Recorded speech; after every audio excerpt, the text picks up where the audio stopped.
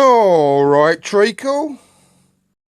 People keep asking if I'm back, and I haven't really had an answer. But now, yeah, I'm thinking I'm back.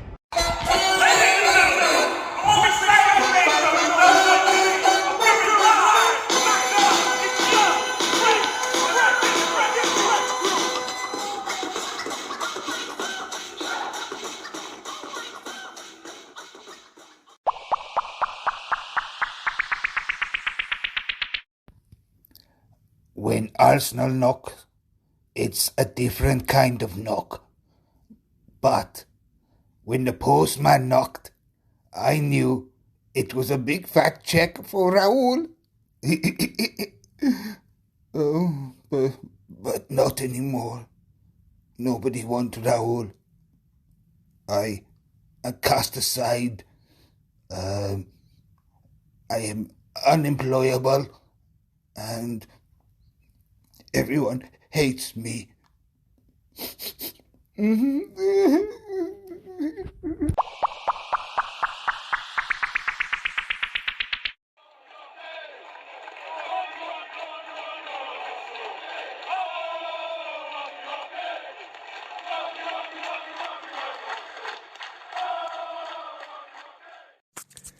All right, Treacle. People keep asking if I'm back, and I haven't really had an answer. But now, yeah, I'm thinking I'm back.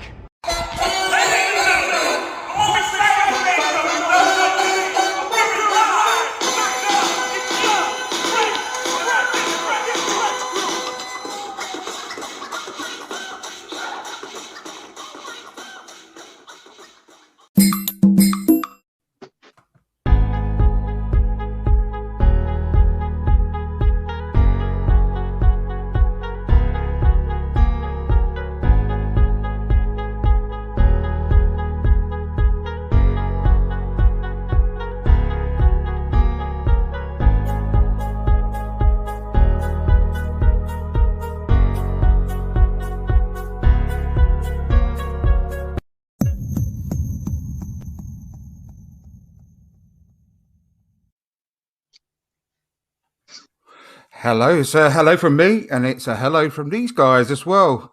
Mike McDonald, it's great to have you on board again, Mike. How are you? Doing well, thanks, Andrew. Yeah. Great to have you on board. And Richard, how are you, mate? Yeah, not too bad at all. Yeah, looking forward to this, actually. I think it's going to be a good show, this. Yeah, always enjoy having you on as well. I think we always, like I said, off air, I think we always have some good battles about players that we don't disagree on, but it's always in good faith. And Chappers, fingers crossed, you've got a really good signal at the moment. Great to have you on. I mean, there's no response to that one, is there? You know, we can pray to the football gods, the footballing podcast gods, and see if it works in our favour tonight. That's all I've got. I must say, you're looking great. You're looking more and more like a character at Game of Thrones every episode at the moment. Do you know what? I thought you were going to say you're looking more and more like a character from The Simpsons because my lighting's a bit weird, but I'll try and sort that out. You haven't got quite the face shape for that, or the lips or anything. You need a Leslie Ash trout pout, I think, and then you'll be halfway there. Well, I love the Game of Thrones reference. In fact, funnily enough, somebody actually just sent me a WhatsApp of the actor Ewan Ryan, who plays oh God, what was his name? The really nasty guy who cut off matey's penis. Well, anyway, yeah, a picture of him and sort of finger. Is it, oh, what's his name? I just can't remember. I keep wanting to say Bradley Walsh. I keep wanting to say Bradley Walsh, but it's obviously not him. He's been in most things, but I don't think he's in Game of Thrones. No. The name Game of Thrones, by the way. I've never ever watched it. No, it's been a few years since I watched it as well, to be honest, so I've forgotten. I think you make an excellent maester, Rich. Well, I don't know if that's good or bad, but I'll assume it's a compliment, so I'll thank you for that. And Mike looks more like Peaky Blinders. With your hat on there, Mike. It's great. Trying. Looking good. Looking good. Right, let's get going. It's going to be a good one today, I think. I'm really looking forward to it. It's the squad a 25-man squad for the next season, 21-22. And I think we're going to have a few disagreements along the way, which is always healthy. But it's quite a complicated thing to really work out. I mean, you've got a lot to take into account with the non-homegrown players. You can only have a maximum of 17. You can only have, obviously, you need to have 8 homegrown players, ideally, as well in your squad. But you can also have as many academy players as you like. There's no sort of restriction on that as well. But bearing in mind, we are obviously only going to be looking at the Premier League squad. So a lot of decisions I put my teeth in to make regarding who you're going to let go, who you're going to bring in, who you're going to promote, and so on and so forth. And there's going to be a few hard decisions as well with players we probably like, but think it's probably best to say au revoir to. So I think we'll go through. Well, the way I've worked it out, if we go through the goalkeepers first, I've actually then got the right backs, the left backs, the centre backs, and I've also split up my midfielders into central defensive midfielders and the attacking midfielders. Doesn't matter if you haven't, but I just thought it's an easier way for me to imagine things, really. And I think it's a good way of looking at it, because they're very, very different types of players, as we know.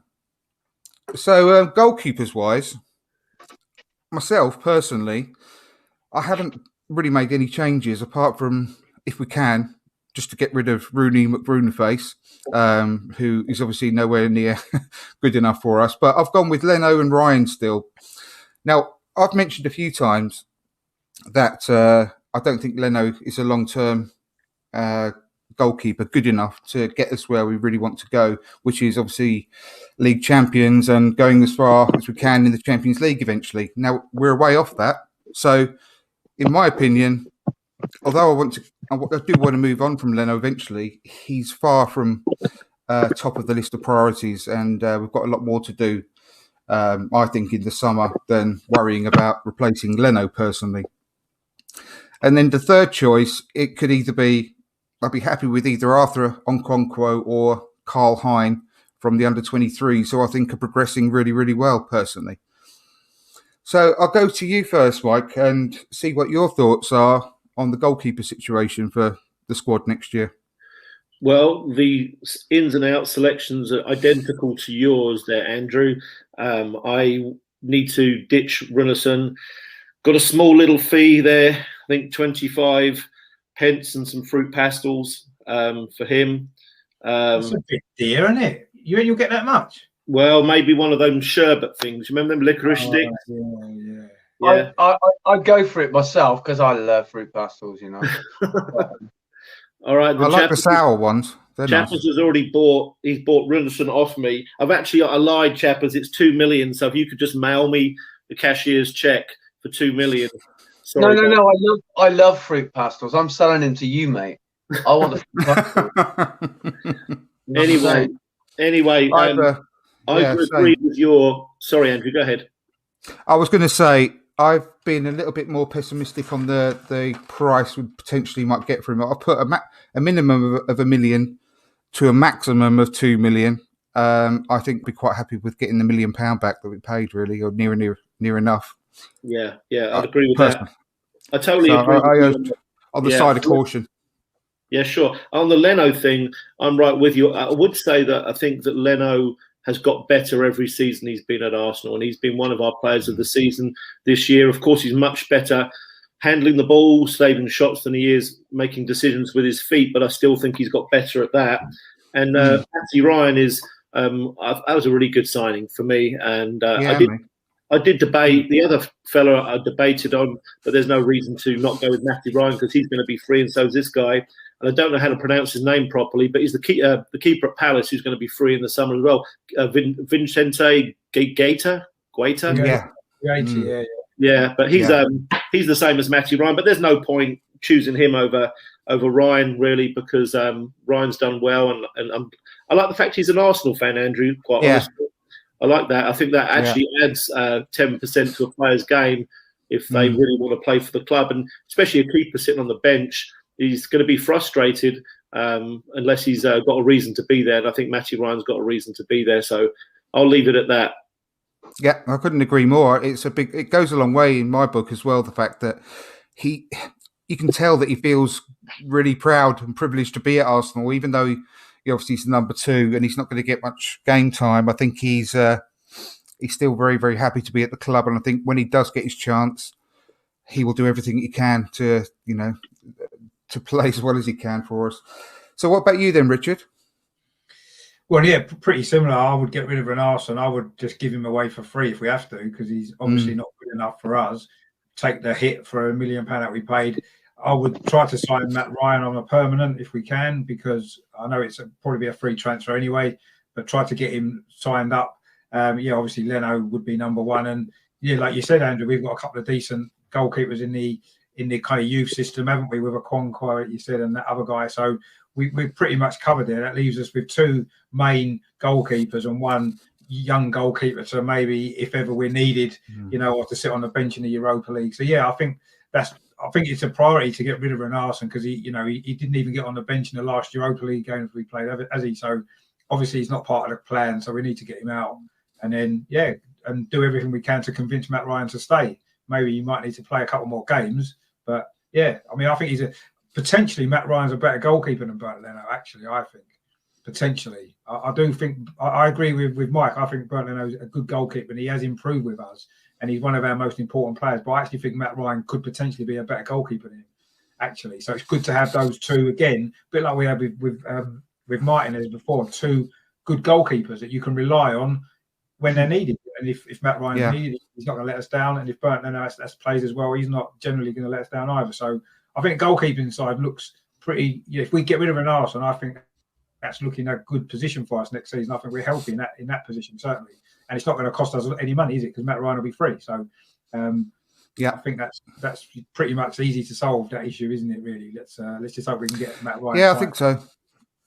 I would probably, one thing I'd add on to this before I come to you chappers as well is I would probably be looking to get Bernd Leno signed up to a new contract as well, just to protect his value moving forward, because he's Matt Ryan is a similar age. I think, correct me if I'm wrong. He's a year younger, Matt Ryan. Yeah, they're similar though, aren't they? Within a year or so, but about the 26, 27, 28 mark, within that sort of region come the summer. So, and I believe that Bernd Leno will be down to 2 years remaining, or 1 year remaining even. 2 but years. Either way, he would be worthwhile signing up to a new deal anyway, just to protect his future value moving forward. What about you then, chappers? I would stick with Bernd Leno. I don't think that he's done anything particularly wrong. Obviously, he has his flaws. The playing out from the back thing has proved to be a little bit problematic for him. But having said that, if you remember, he was really, really terrible. He's making short steps in the right direction, I think. I think purely for cost reasons, I think, Rich is bang on with keeping Matty Ryan because he's going to be free, for sure. But actually, if money was no object, I'd actually be looking at a couple of other keepers. I know that they're looking at Raya from Brentford, but I don't think he's going to come up. I don't think he's going to come to it, because in all likelihood they're going to go up. But they could well do a Brentford, I suppose. And I don't think he's going to be cheap anyway, should that happen. But the other keeper I've been keeping a bit of an eye on is the Fulham keeper, Areola, who I think is a superb goalie. He's a PSG player, but I don't know if he's got what it takes to kind of to break into the first team.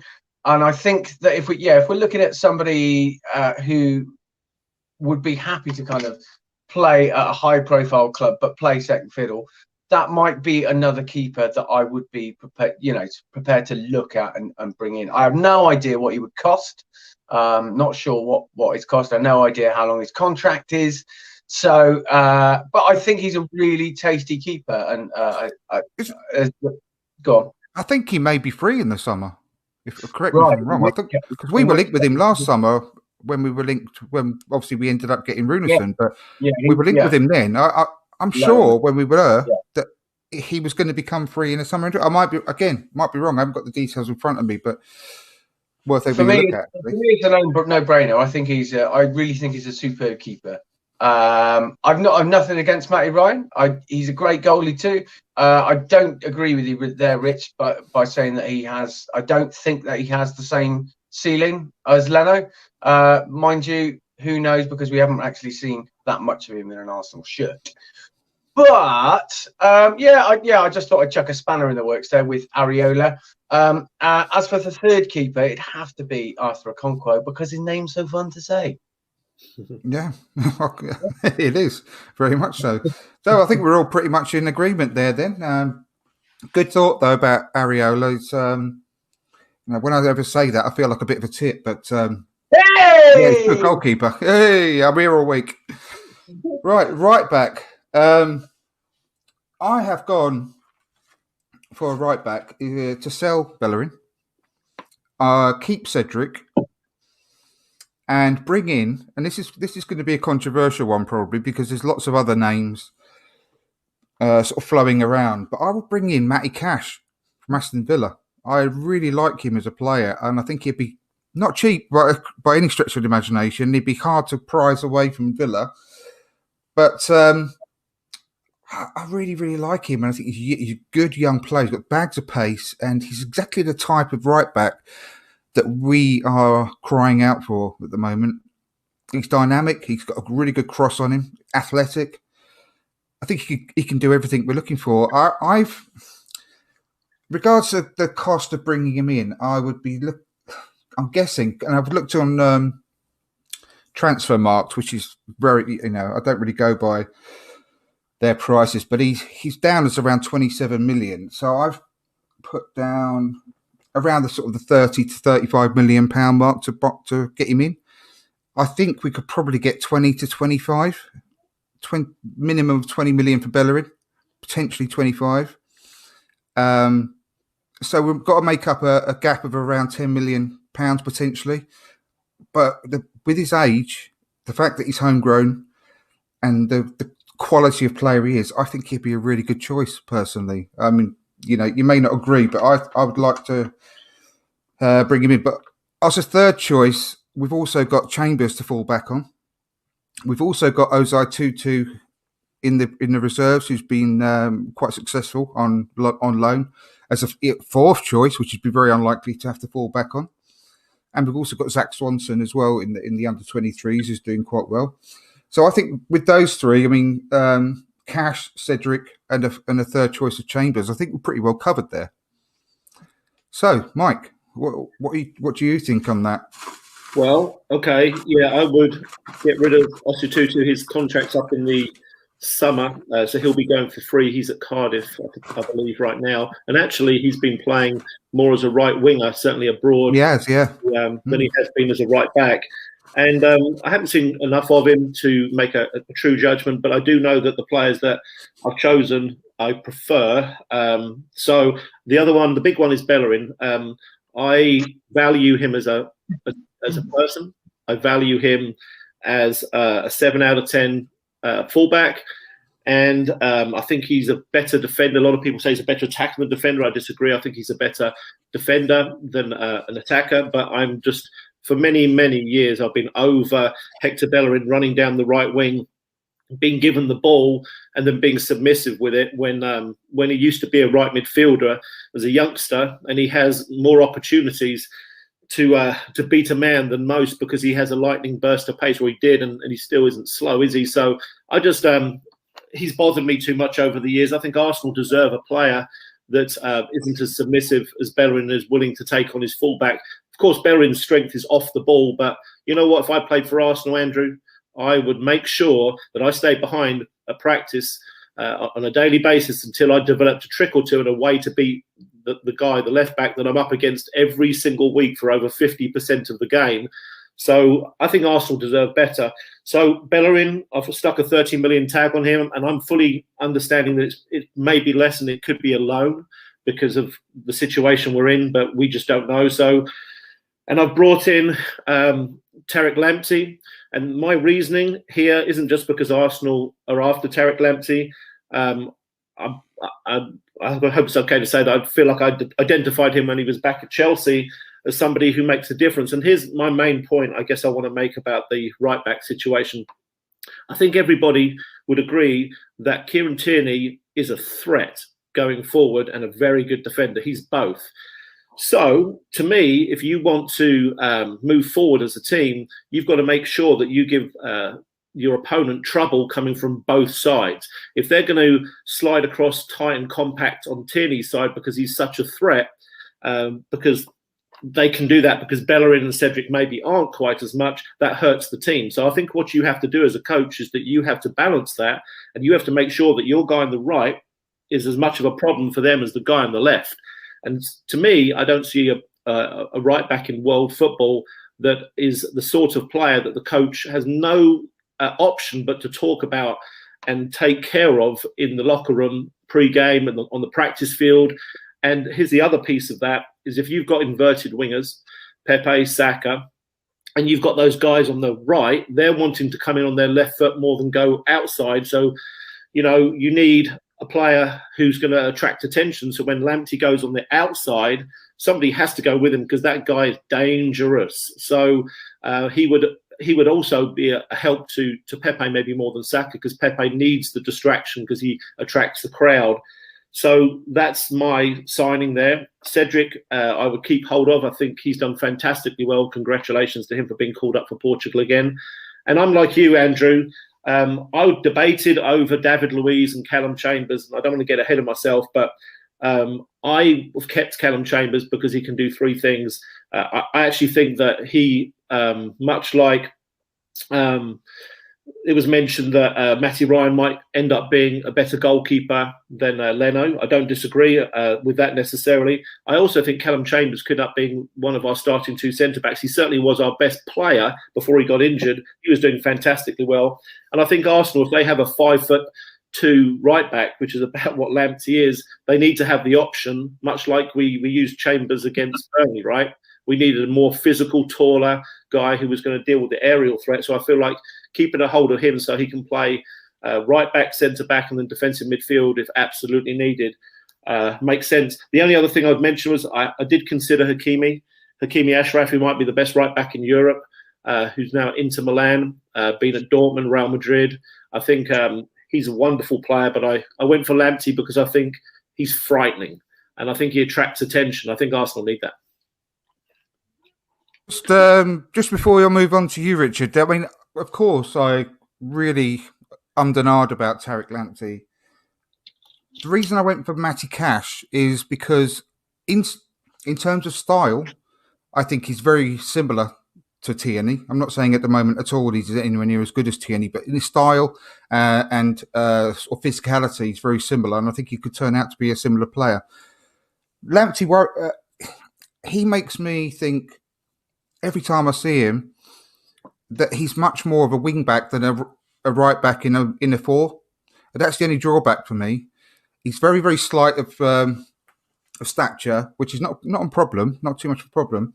Bit of a concern about in a similar way to Tierney, about his injuries at the moment as well. But I can overlook that. But he really impresses me in the sort of the right wing back position. And I've heard it said a number of times, and I do agree that he doesn't look quite so good in the back four. That's the slight drawback for me. Hence why I think that, because I totally agree with what you said about having similar right back and left back. And I do believe whenever I've seen Cash that he is that sort of similar player to Tierney, quite an old-fashioned right back, but with bags of pace, power, good crosser, and he doesn't sort of dwell on the ball too much. He doesn't try and do anything flash in a similar way to Tierney. So that's why he convinces me a little bit more long-term in that sort of role. But that's only, I don't disagree with anything you said, really, Mike, either. I do really love Lamptey as a player. Richard, what's your thoughts on that position? Yeah, I mean, not massively different. I would get rid of Bellerin, because I think we can get some half-decent money for him. I also would get rid of Chambers as well. He's got a year left on his contract, so I don't think he's quite at the level that we need to move forward. I would sell him for while we can get what we can for him. We're not going to probably get an awful lot, I don't expect. I mean, the two right backs I'd written down to bring in were actually Lamptey and Cash.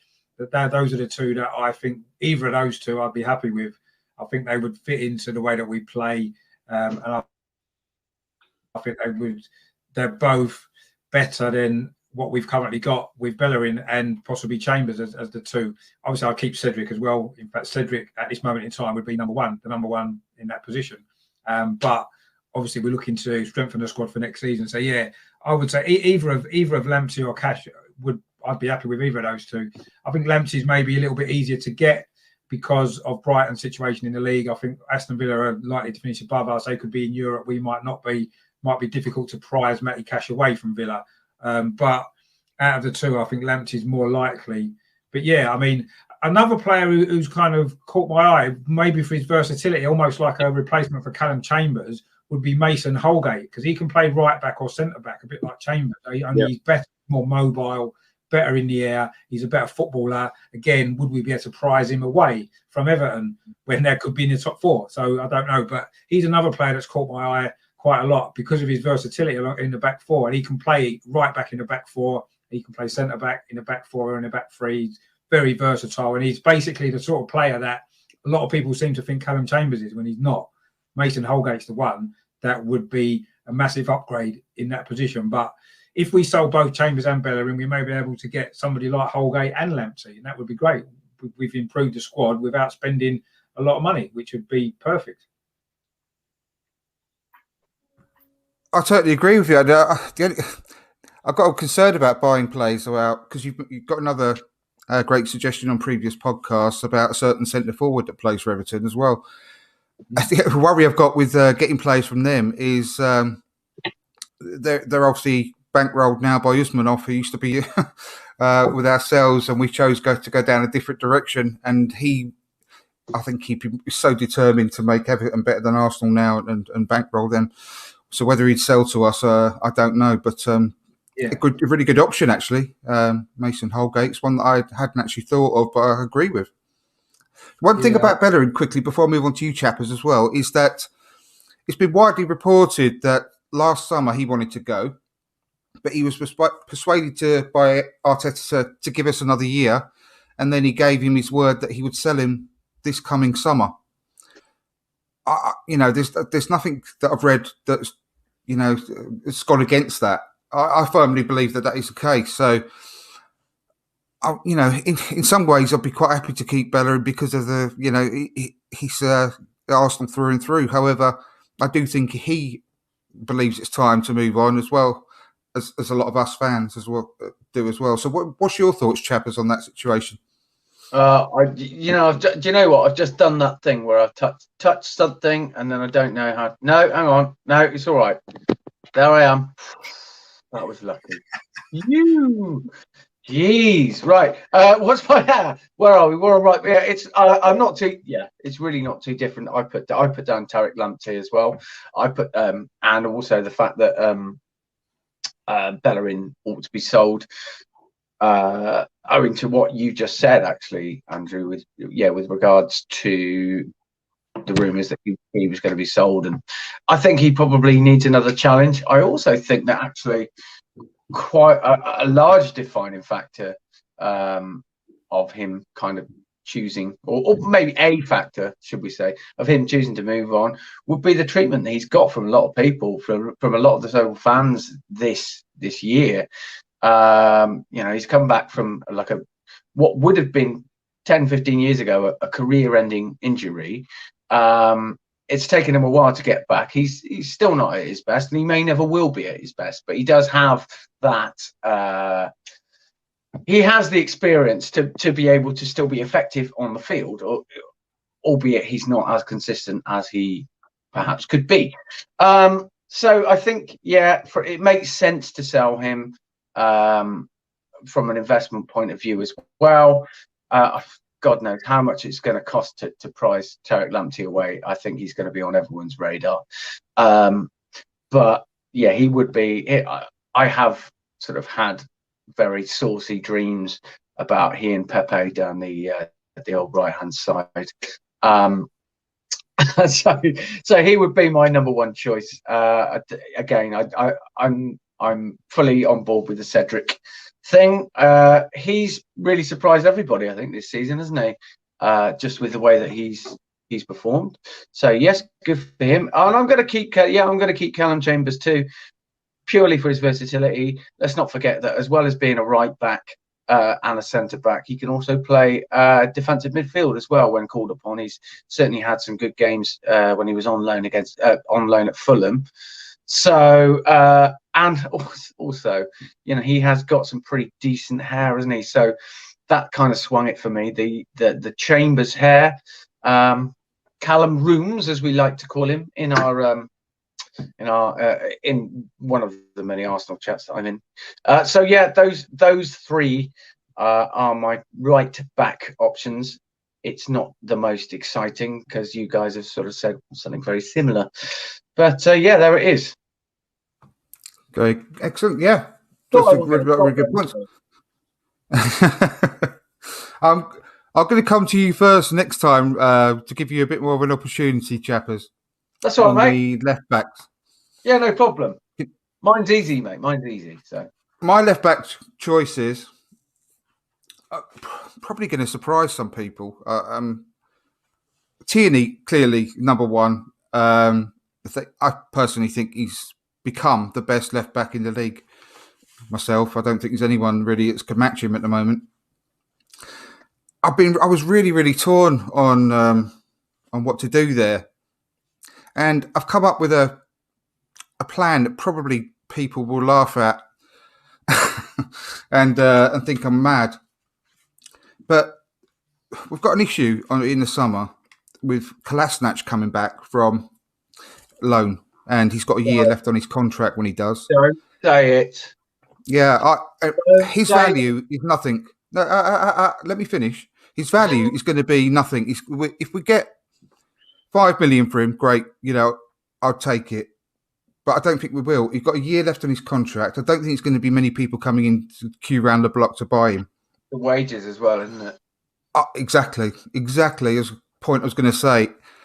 I'm tempted just to let him run his contract down for a year and have him as a backup left back, personally, to save that problem. And we've also got Saka that can play there. And because we've got so many talented players up front, I would not want to play Saka there. But if we were desperate, we could. And he could, that would mean that, one of the other players could just slot in up front as well.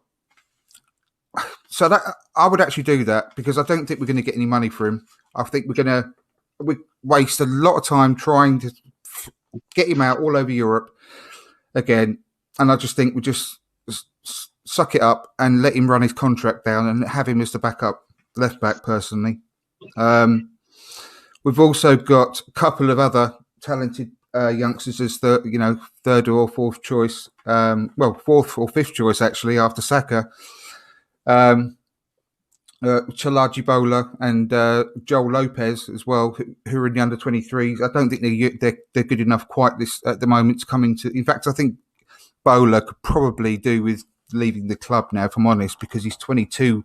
Now he's not a young kid anymore, and it's highly unlikely he's going to get into the first team. But at the moment, they're still under contract. Lopez is a very, very good player, Spanish left back, but he's not quite ready yet. But he's also fourth or fifth choice potentially for Europa League ties and stuff like that. He could slot in as well in extreme emergencies. But yeah, I know that all of you are probably going to completely disagree with what I just said, but I think we could be spending an awful lot of time trying to hawk him around and without any luck in the summer, whereby for the money we could get, is it worth it? I personally really don't think it is. I really don't think it is. So might as well just make the most of it. Chappers, I'll go to you first this time, so you're not getting the last. Yeah. Well, I was, when you're talking about Kolasinac, actually, I did have a thought, which was that he can also double up as Mikel's bodyguard, couldn't he? That would be pretty decent. He's quite hard. So that is a thought, but no, in all seriousness, no, not for me, mate, not for me. I think if we can get 5 million for him, let's take it. We are going to need all the money that we can to boost the coffers. I like what you're saying about Joel Lopez. I mean, I don't keep a massive eye on what's happening in the under 23s and stuff, but from the bits and bobs that I have gleaned, I hear that, you know, Joel Lopez is coming along quite nicely, ticking along quite nicely. I've no idea if he's ready for the first team or not, but it would be amazing if we could promote another guy from the under 23s representing the old Hale End academies. But no, I've so here are my 3 choices for left back. Anyway, I've gone for Kieran Tierney, and Kieran Tierney.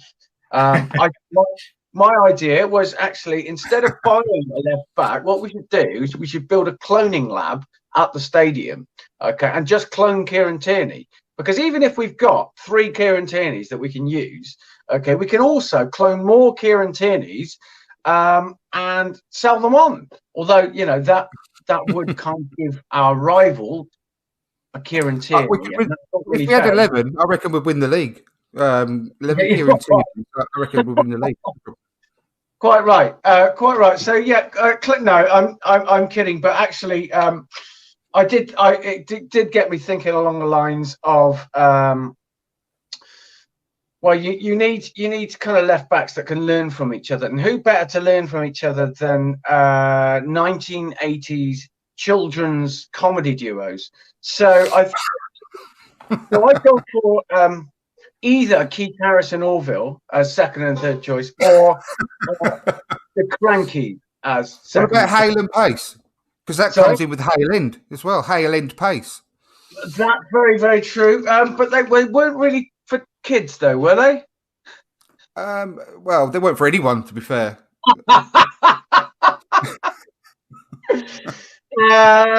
Yes.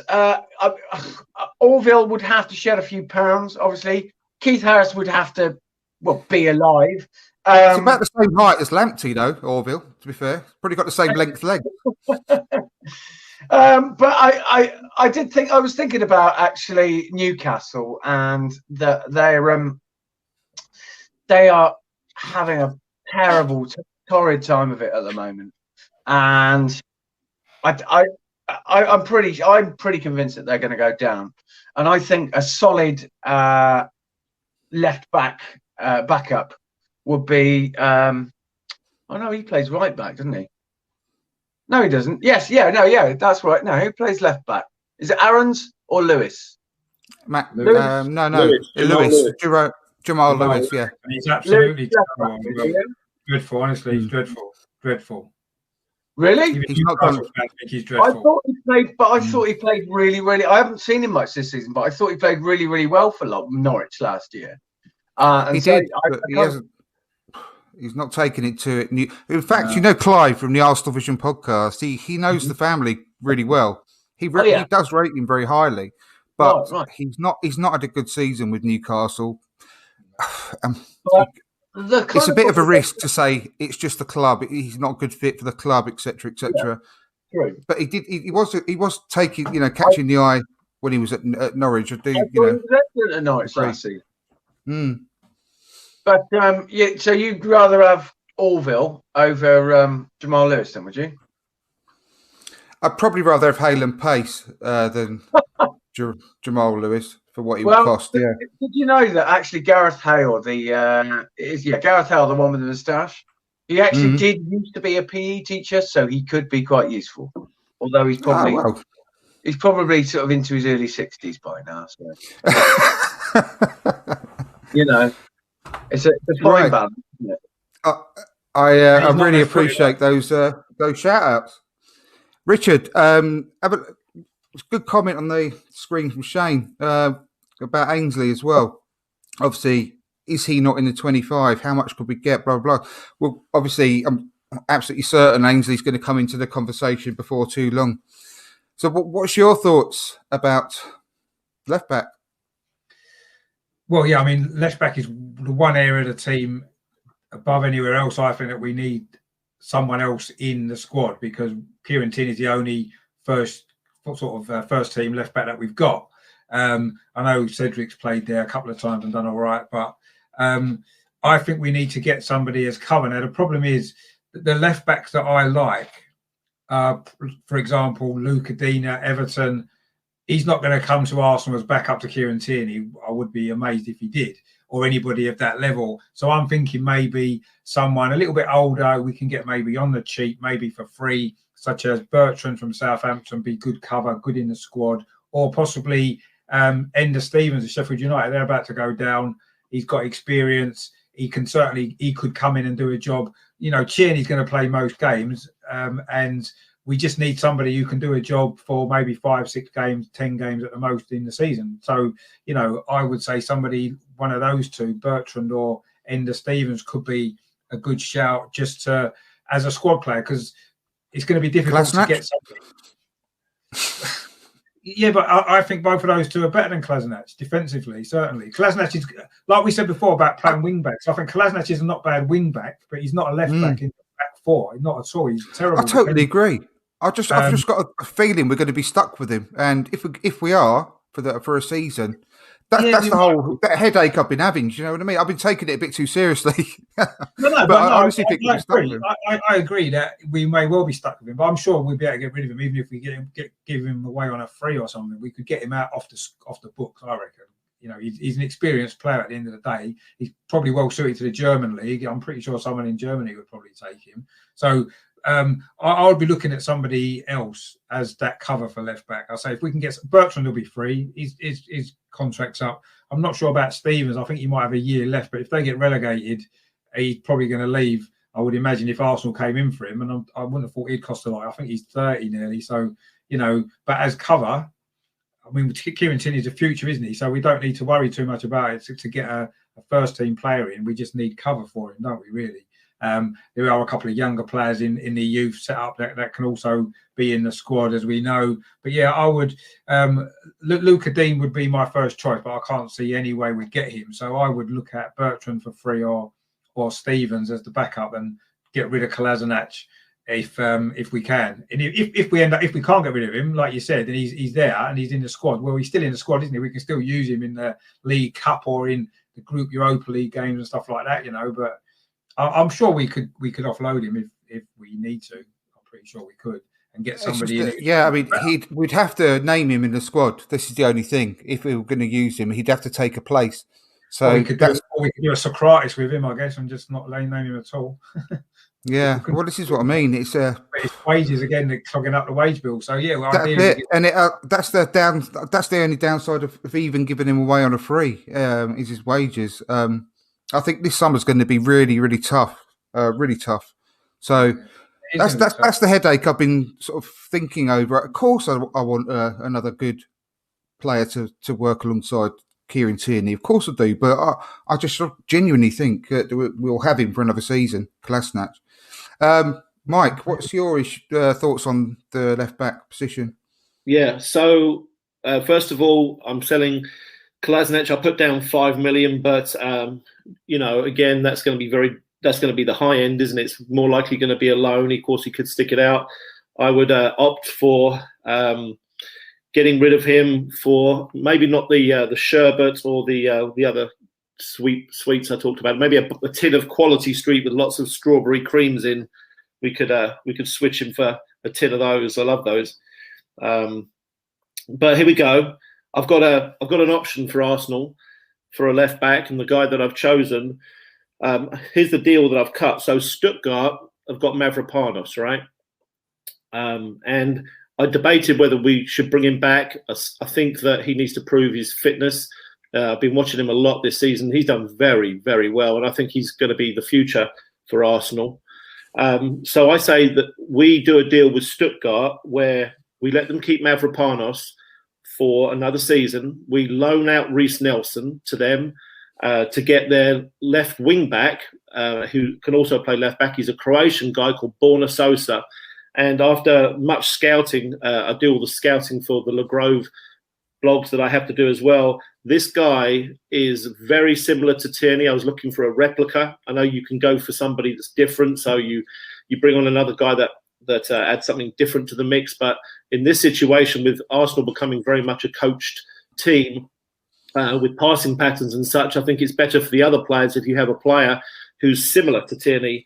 And this guy might even be better at crossing than Kieran Tierney, and he certainly has more assists. He's got about 7. Wash your mouth out, Mike. Please wash your mouth out. That's not going to be the case, is it? I'm telling you, in the Bundesliga, this guy has about 7 or 8 assists at least this season, and he is very, very good. And he's, I think he'd be attracted by a move to Arsenal. His name is Borna Sosa, Croatian left back for Stuttgart. So it would be Tierney and Sosa would be my 2. I'll leave it there. No, great shout. I'll keep my eyes open for him. He's a new one on me. Don't know anything about the lad. So apparently we are. The name escapes me. I'm not even going to try and. But there's the centre half that's playing alongside Mavropanos. We are apparently in talks for him as well, which is a bit strange considering we've got Mavropanos who plays alongside him. But I think we might end up having a team of Stuttgart players at Arsenal at some point. I think that guy's at Frankfurt, Andrew. I think he's at Frankfurt. He's called Evan Ndicka. I think he's a Frankfurt player, but I could be wrong. I'll probably, yeah. No, actually, you may be right there. I may have got that completely and utterly wrong. But yeah, you might be right. That name does ring a bell. Right, we're going to move on to the centre-backs now, which I think is going to be a bit more contentious as well. I've gone fairly straightforward, if I'm honest. Gabriel, I think, is our best centre-back. Mari, very close behind, if not sort of alongside. I'm definitely going to be sticking my neck out and giving Saliba a chance next season. I really, really want to see him in the team.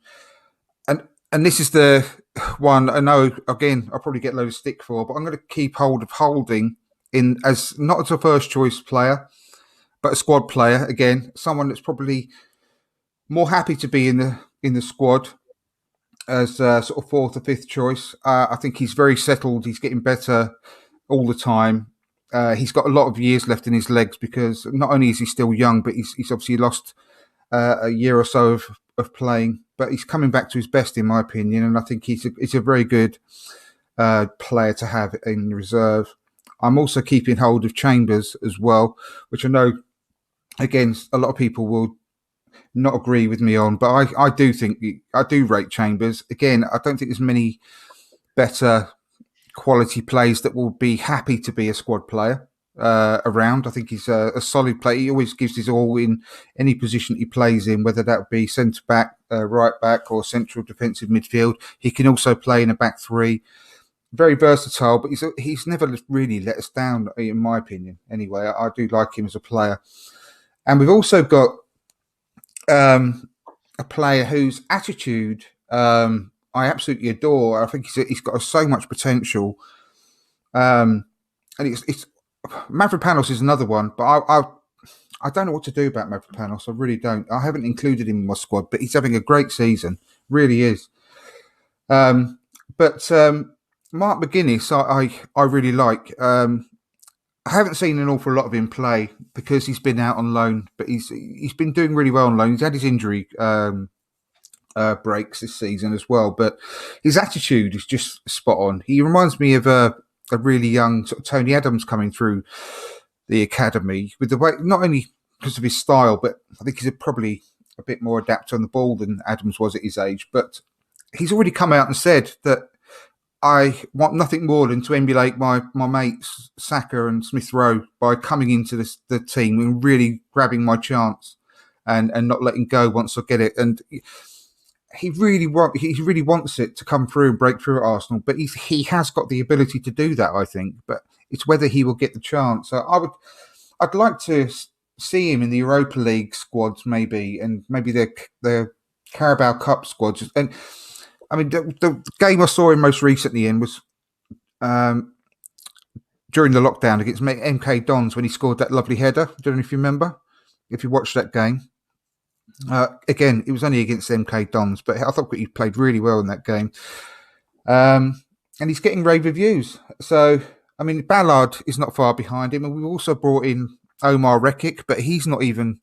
Last time I checked, I don't think he'd even made his under-23 debut. There's something strange going on there. So I don't think he's ready by any stretch of the imagination. But I was really toying about David Luiz because I think he's having a really good season, and whether to give him that one more year and then potentially see whether he would join the coaching staff. But I decided to be really ruthless and just say no.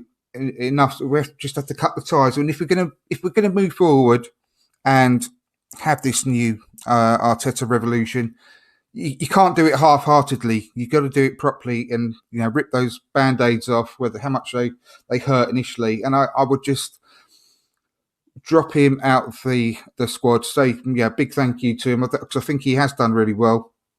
But I would really put my faith in Saliba personally, and really sort of look to the future. So there you go. And I'll go back around the other way this time again, Mike, and to see what your thoughts are on that and your choices of the centre-back. Yeah, so starting with the loans, I'd keep McGuinness and Ballard out on loan. I think they would just get lost in the shuffle, and I think they need to play to prove that they might be good enough another season out on loan. David Luiz was maybe my biggest struggle when I picked this. I feel very torn on this because he has, for 7/8 of the season, he's been not just good, he's been very good. And I trust Arteta on this. He's got lots of good options, and I trust Arteta mainly because he's improved our centre-backs more than any other area of the field. I mean, a year ago, we were saying we didn't have any good centre-backs, and that Saliba was going to have to be our godsend, and that has proved to be not true. And he's worked with them, made it to where we don't really mind whoever is chosen at centre-back. I hope I'm speaking for the masses. I think I am. And so I wanted to leave it as is, but I wanted to move on from David Luiz, and that's something I'm not totally settled on. But I've got 5 centre-backs. It's the same 5 centre-backs that Andrew has got. Bring back Saliba. I actually don't think the club will do that. I think Saliba's probably told the club he's done. But that's what I would do. I'll bring Saliba back, and I would bleed him in slowly. I've actually been wanting to see Gabriel and Marie as our main centre-back pairing. I think they're our best 2 defenders, and I haven't seen them together to know if it would work. But and then some people say to me, well, they're both left-footed, and then I say to them, well, most centre-back pairings that have ever played the game together were both right-footed, so I'm not sure that it really matters that much. But so anyway, I'd love to see Gabriel Marie, keep Saliba, Chambers. Totally agree. Yeah, keep Chambers and Holding. So there's 5 right there. And so David Luiz would move on for free. But I'm torn on that. I'm very torn. I've already got rid of Bellerin. Now I'm getting rid of Luiz. I'm about to get rid of another senior leader that you'll find out about coming up here. And so, as somebody who coaches myself, I know that you've got to have leadership, but I suppose I'll talk about that more a little bit later. Yeah, no, I basically carbon copy because I was really umming and ahhing about Luiz. I really, really was, because I do like his attitude. I like him as a person. And he's obviously, I like him as a player this season as well. I've always liked him as a player, even when he's at Chelsea. I hate to say it, but I've always loved that kind of player who plays the way he does. And I don't know who it was. I heard it on a podcast, so forgive me for not remembering who it was that said it, but I totally agree. I heard that he is a footballer that happens to play in defence. He's not like a central defender. He's a proper good footballer that just plays in that position. And, I like that about him. I know he makes mistakes, and no one gets more angry than me when our players make stupid mistakes. But I don't think he's made that many recently, if I'm honest. But I take the rough with the smooth with players like him.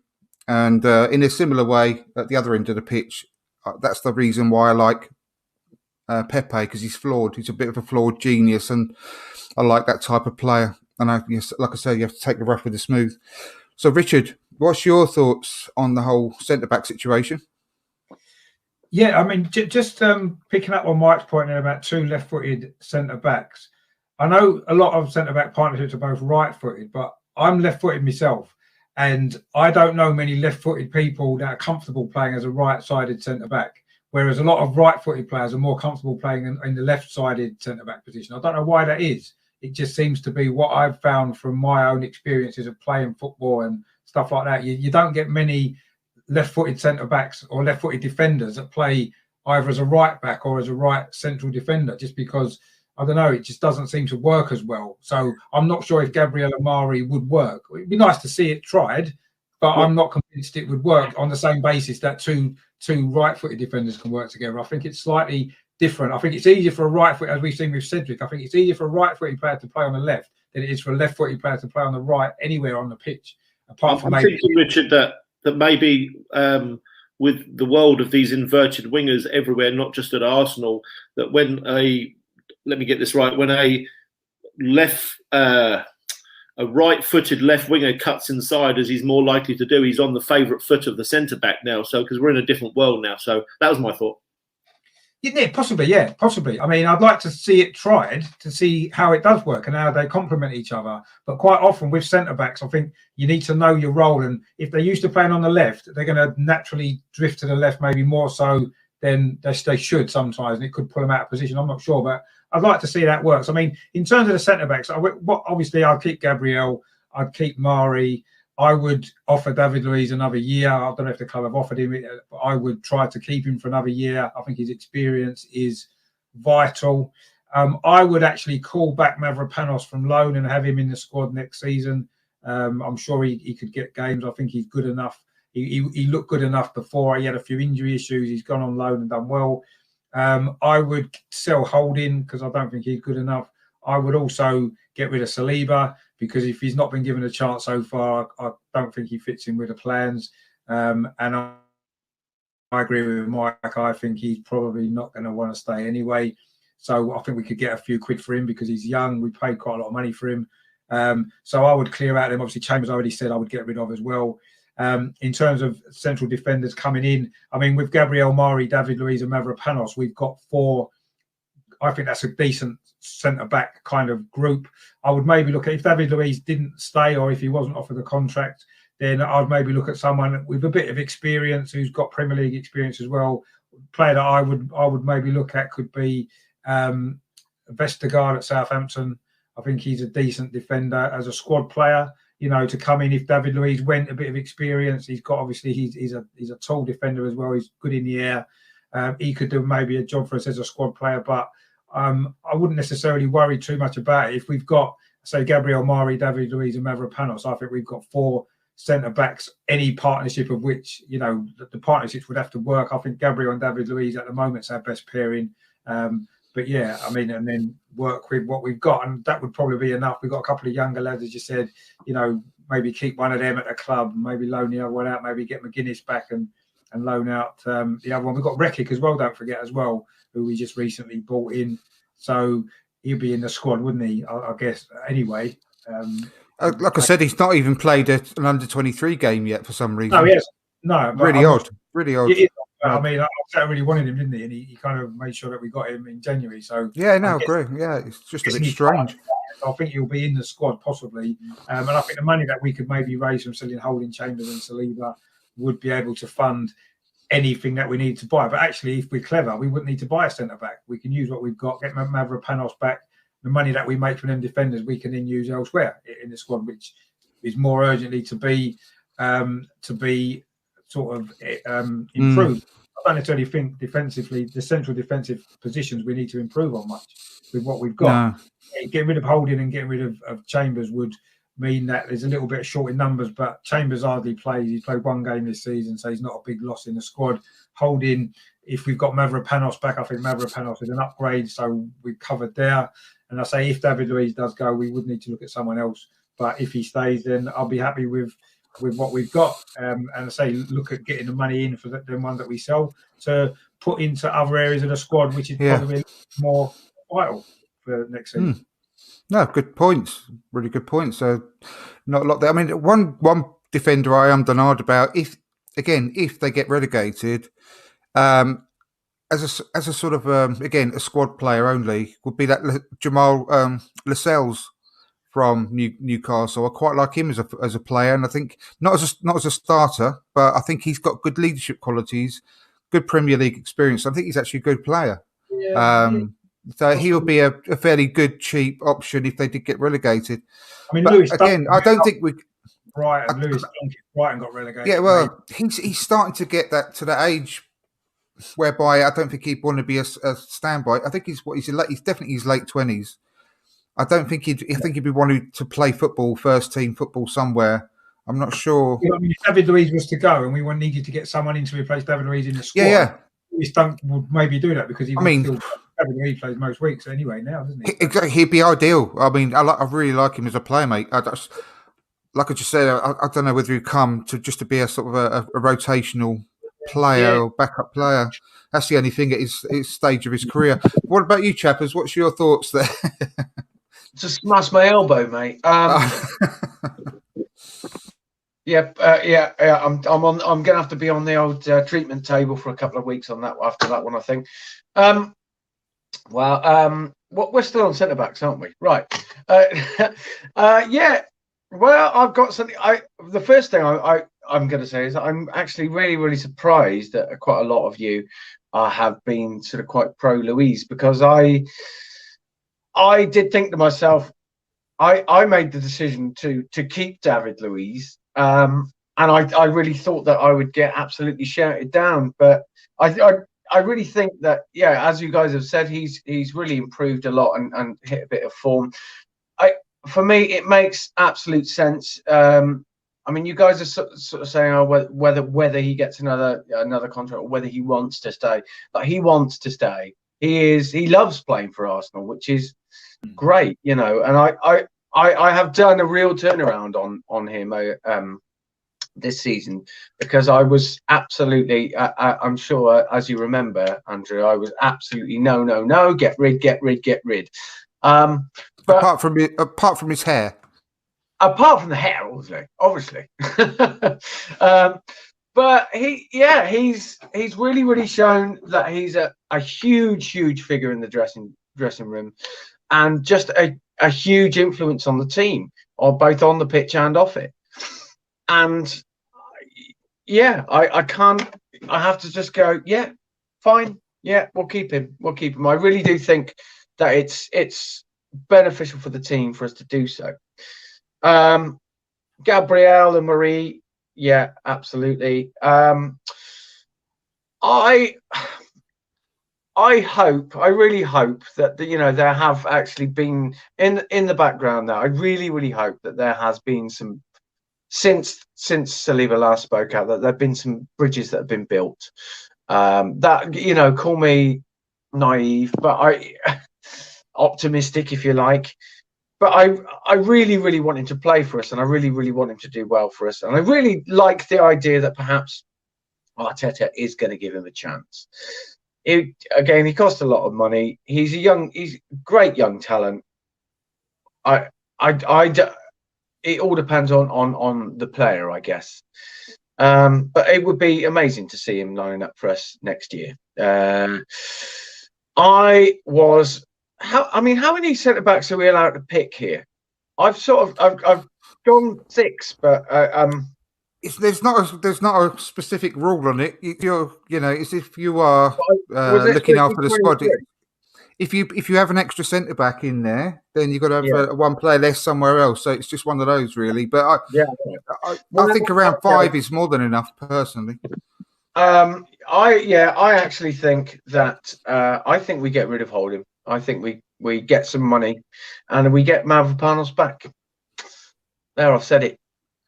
I think that Holding is a decent value at the moment. The less he plays, the more his value is going to decrease. And Mavropanos has proven to be quite useful. So I think we keep Mavropanos, get rid of Holding. Fair play. That's absolutely fine. No problem at all. We move on to the central defensive midfielder position. I don't think it's going to come to any surprise that Partey's the one that is the first choice on the team sheet. Really, he's the one to sort of be built around in this particular role. The players that I've mentioned before, it's going to come as no surprise. I know exactly what Richard's going to say, and I think I've got a feeling I need to mute him for a minute or so. But we've got to move away, in my opinion, from Xhaka. I think that he's been here long enough to have made an impression, and I'm the first to admit when he plays well, just as much as I moan when he plays makes some mistakes. But he has been playing really well. But I genuinely don't think he's the player to take us to where we want to go. And when we're doing a rebuild, like I said earlier, you've just got to go for it. You can't do it half-heartedly. And he's one of the players that has been around for 5 years. And I know it's nothing to do with him, but since he joined, we've never qualified for the top 4 in the Champions League. And like I say, it's not his fault, but it's part of that period we need to move away from, in my opinion. And we need to sort of really take this chance to upgrade for the future. So I think I'd sell him. I mean, I'm very pessimistic again with my prices because, again, I just think this summer's going to be a nightmare. I think clubs all across Europe are going to look for loans or free signings rather than. I was going to say, I think that's why it's a bad idea to sell Saliba, because I don't think we've got anything back on him. I think it makes more sense to keep hold of him. Anyway, we've moved on. So no, exactly.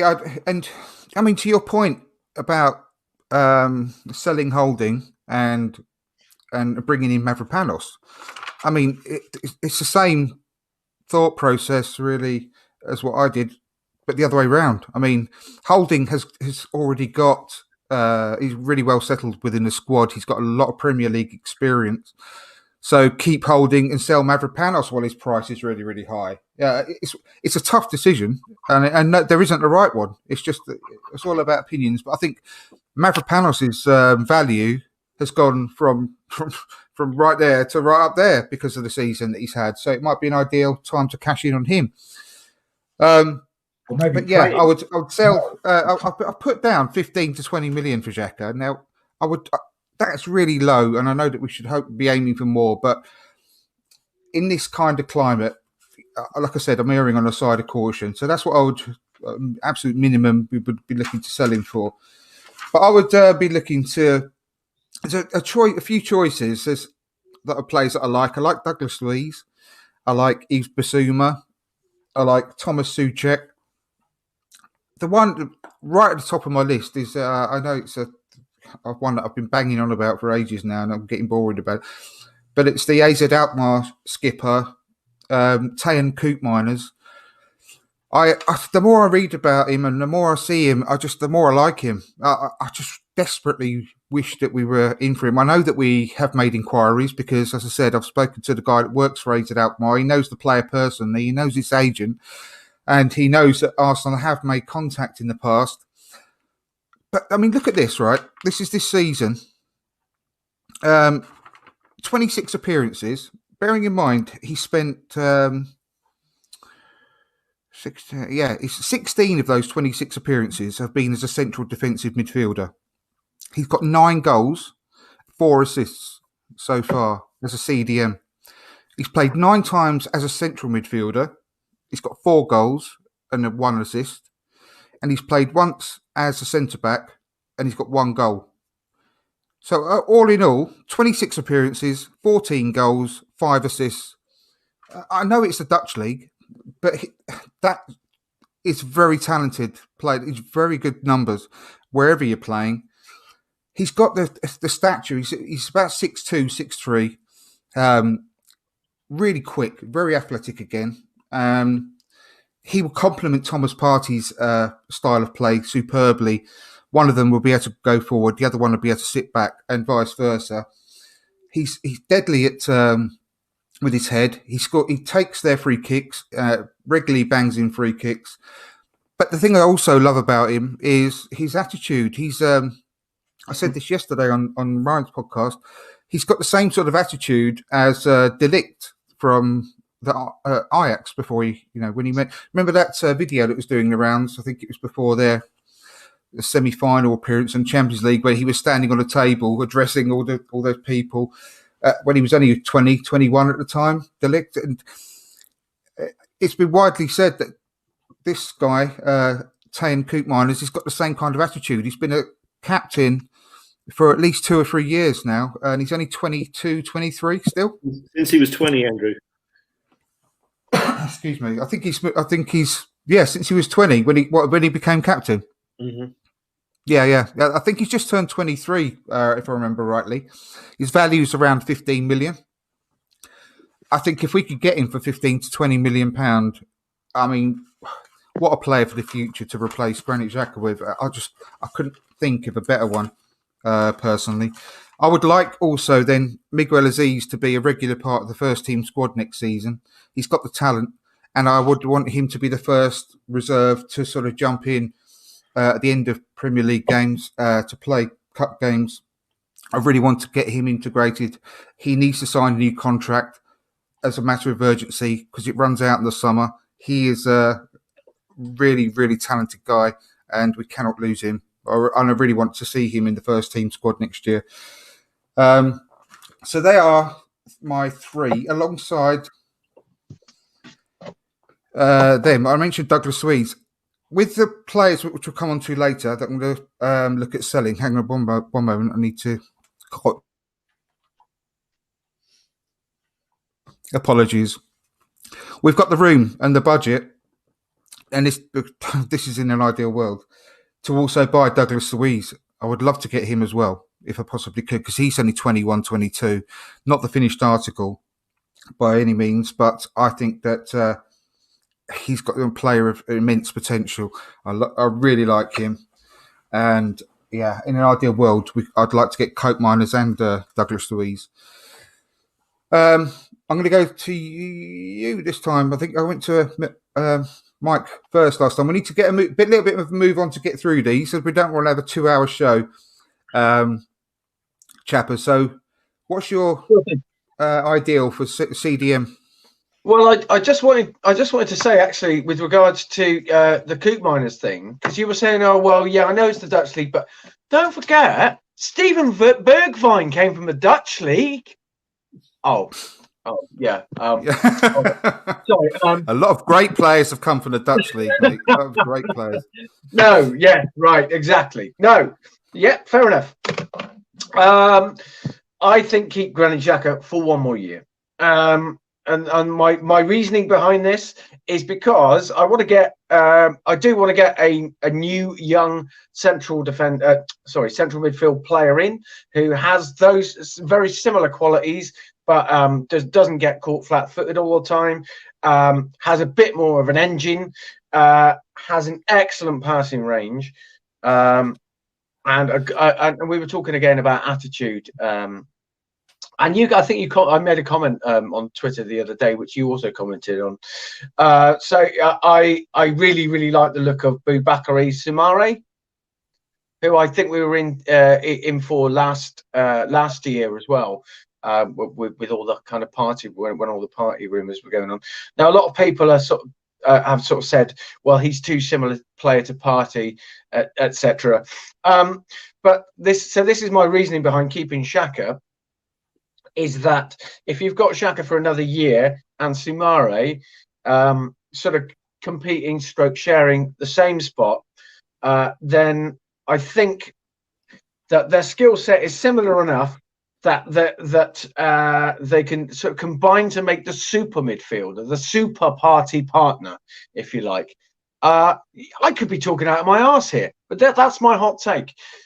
Keep Xhaka for another year just for that kind of transition period, and to kind of get Soumaré used to the way of what his role should be with Partey. I think his passing range is amazing, and I also think he's not afraid to go forward and attack.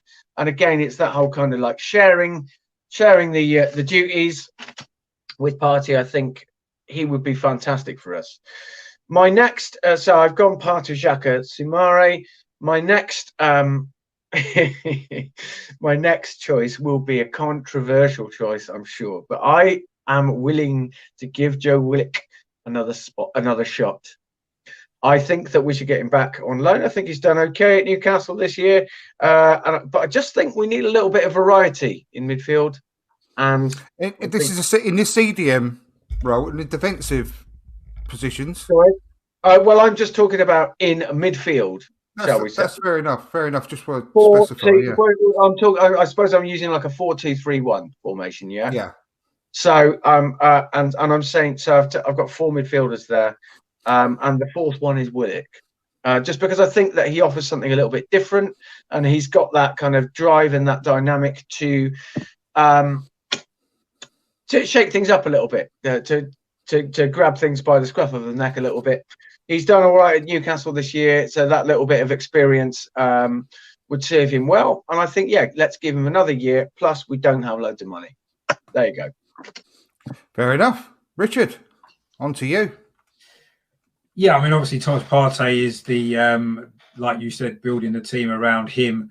I do think we need somebody in the squad who can fill in for Thomas Partey when he's not there, when he's not fit. He's not been very fit this season. That's a bit of a worry. I actually quite like the guy at Fulham, Anguissa. I think he's only on loan at Fulham, isn't he? I think he could be... Yeah, he's a good player. Yeah, I think he could be a good player to come in. Basuma as well. I think he could be a good player to play either in place of Thomas Partey when he's not playing, or even alongside him possibly. I think they're quite similar, but either of those two I would be tempted to get. Of course, I'd keep Xhaka because he's been this season our best midfield player, and I think his experience. I mean, you know, you're saying we've not finished in the top 4 when we've had Xhaka. We've not finished in the top 4 with Aubameyang, with Lacazette. Loads of other players we've not finished in the top 4 either. So let's get rid of all of them, shall we, as well? And let's have no team and start again. If we're going to get rid of everyone that's not... I wouldn't mind. There's all the whole team. There's no one in this team that's got us in the top 4, because apart from Bellerin, and everyone wants him gone. So, you know, on that basis alone, I don't think that's the reason to be judging Granit Xhaka. I think Granit Xhaka, with his experience, is actually vital. To me, he's the captain of this team, whether he's got the armband or not. On the pitch, he's the captain of the team. And you don't get rid of him without replacing him with a player who can be captain on the pitch as well. And I think that we haven't got the money, as Chappers just said, to do that. So I think we keep Granit Xhaka. We obviously keep Thomas Partey. I would get in, I say, Anguissa, even possibly Lamina as well at Fulham. I think he's on loan as well. I think it was at Bournemouth. Player like that in the squad, somebody like that, Basuma, and Aziz as well, as bringing him in from the under-23s into the squad as well. And I think that we've got good options there. Bearing in mind, Thomas Partey's hardly played, and that worries me. We do need some cover for him. It's more important than replacing Granit Xhaka at this moment in time.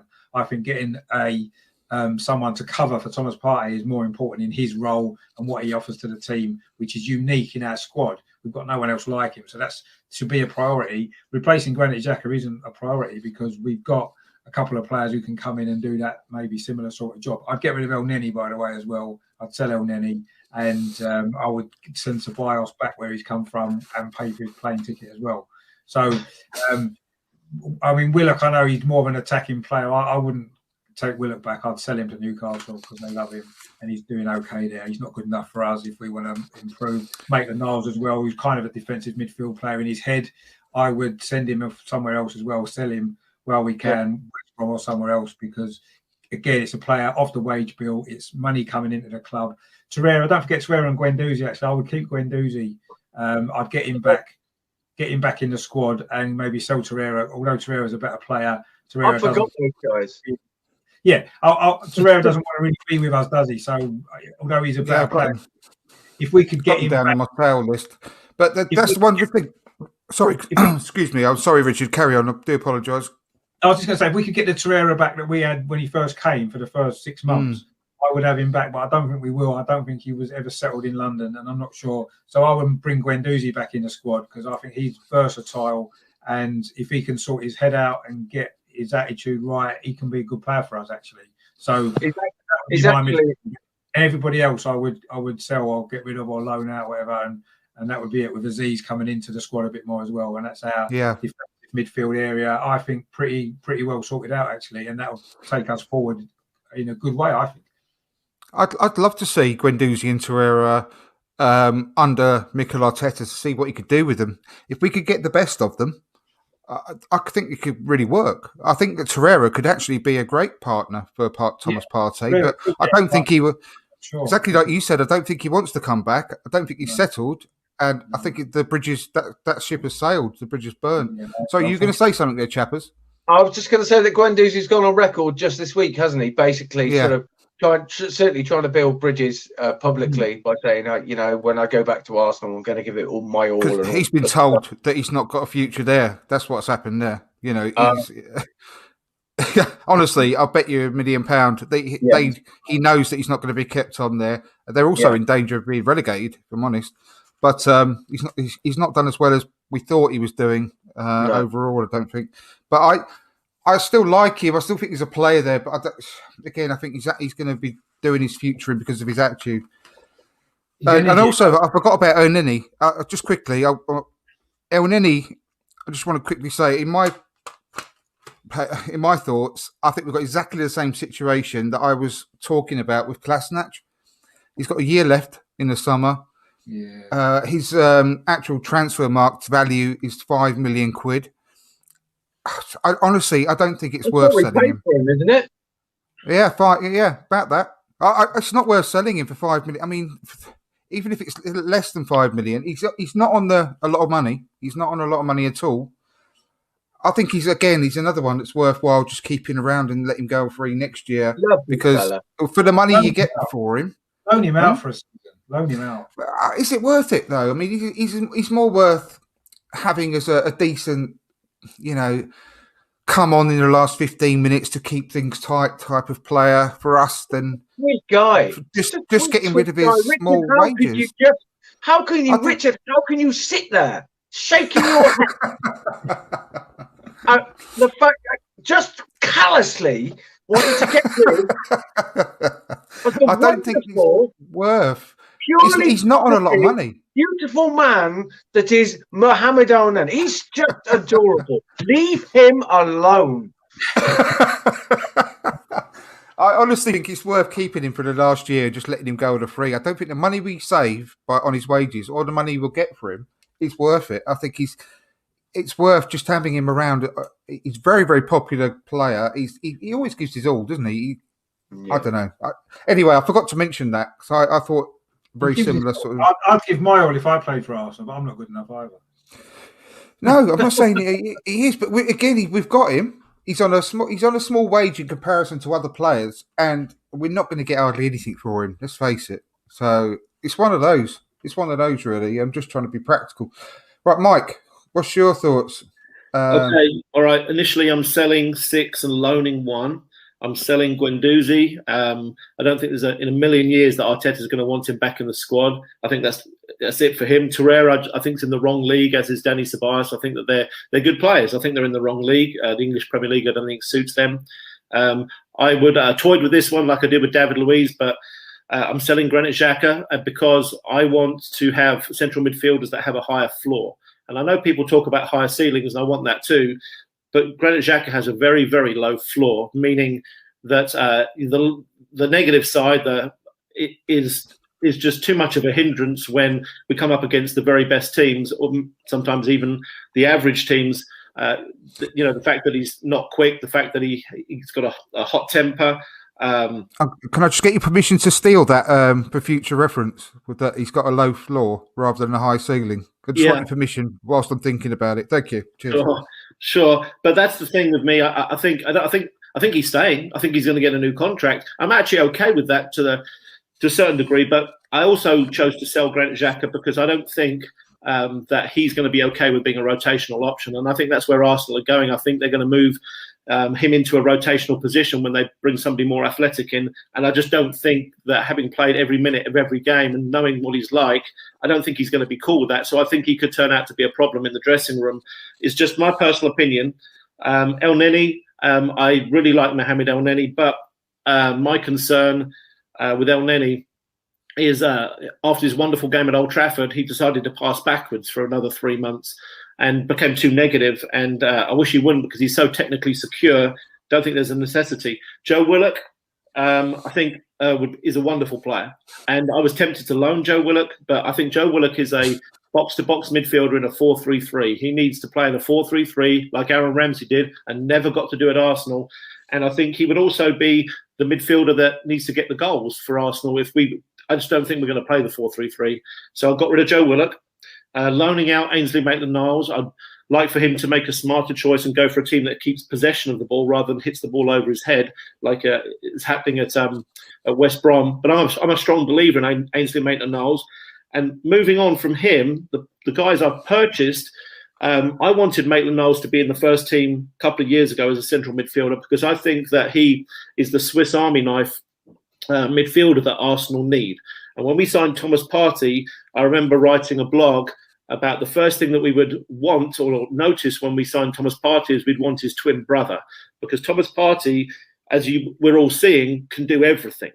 And I don't want to go down the list. We've seen him play. I know his shooting's off right now, but he scored many goals for Atletico Madrid, and I think that'll clean up. And I see Ainsley Maitland-Niles that way, a player who's a Swiss Army knife player who's got the pace, the athleticism. We need modern athletic players to match up with the rest of the teams in the Premier League, and Arsenal don't have that beyond Thomas Partey. And I think that you'll find that that's exactly what the club are going to do, because Arteta and Edu have spoken about the need for having players with that kind of physical profile.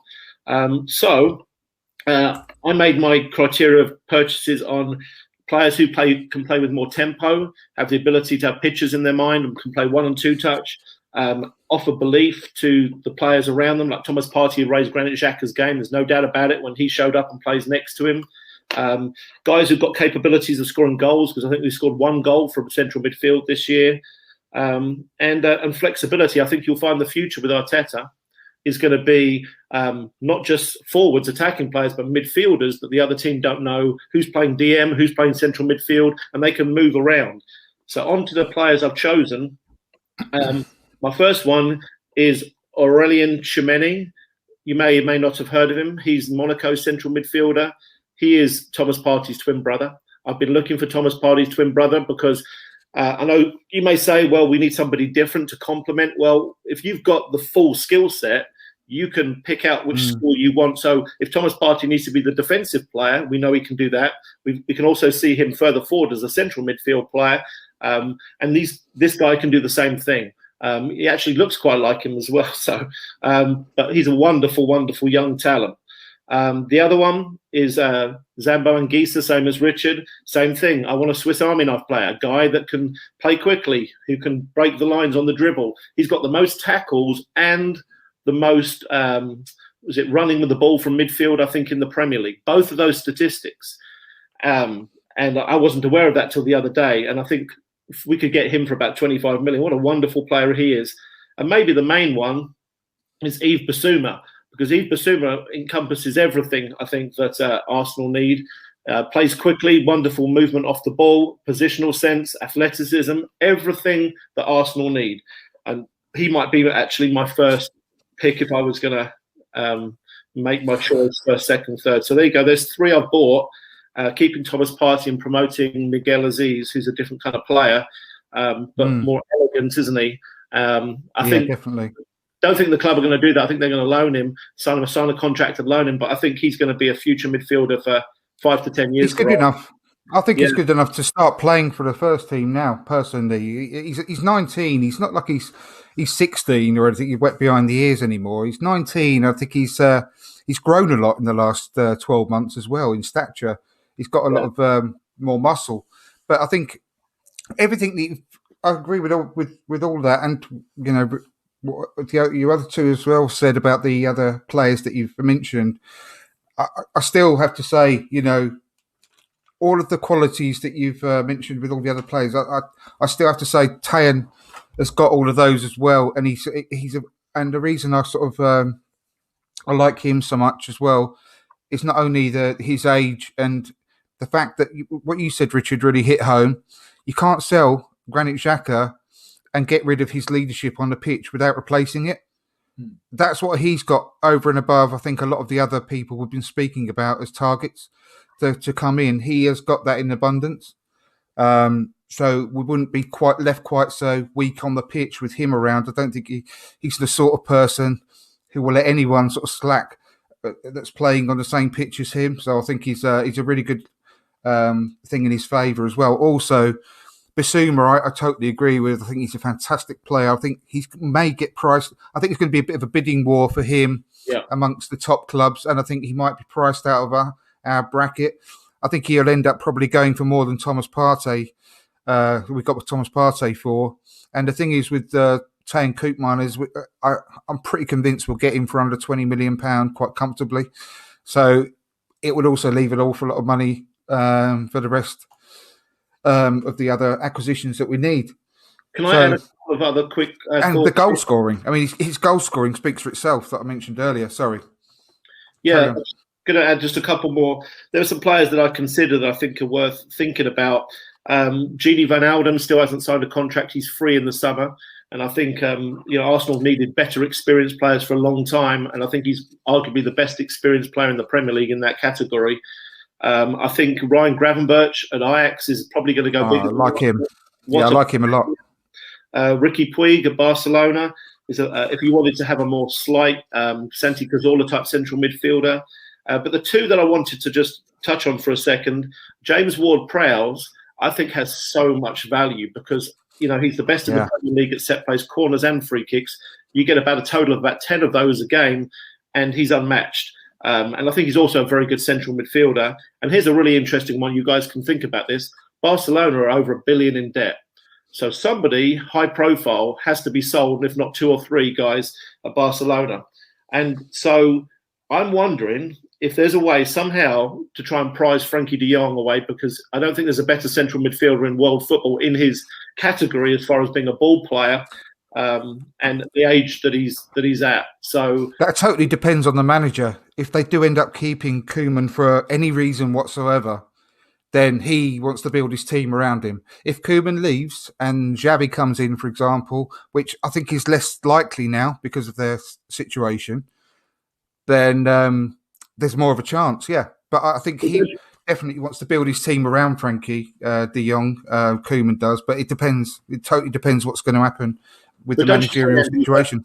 Yeah, I mean, when you say, though, that if you're $1 billion in debt, that there's a point comes where what you want is not going to be what you get because somebody's got to go.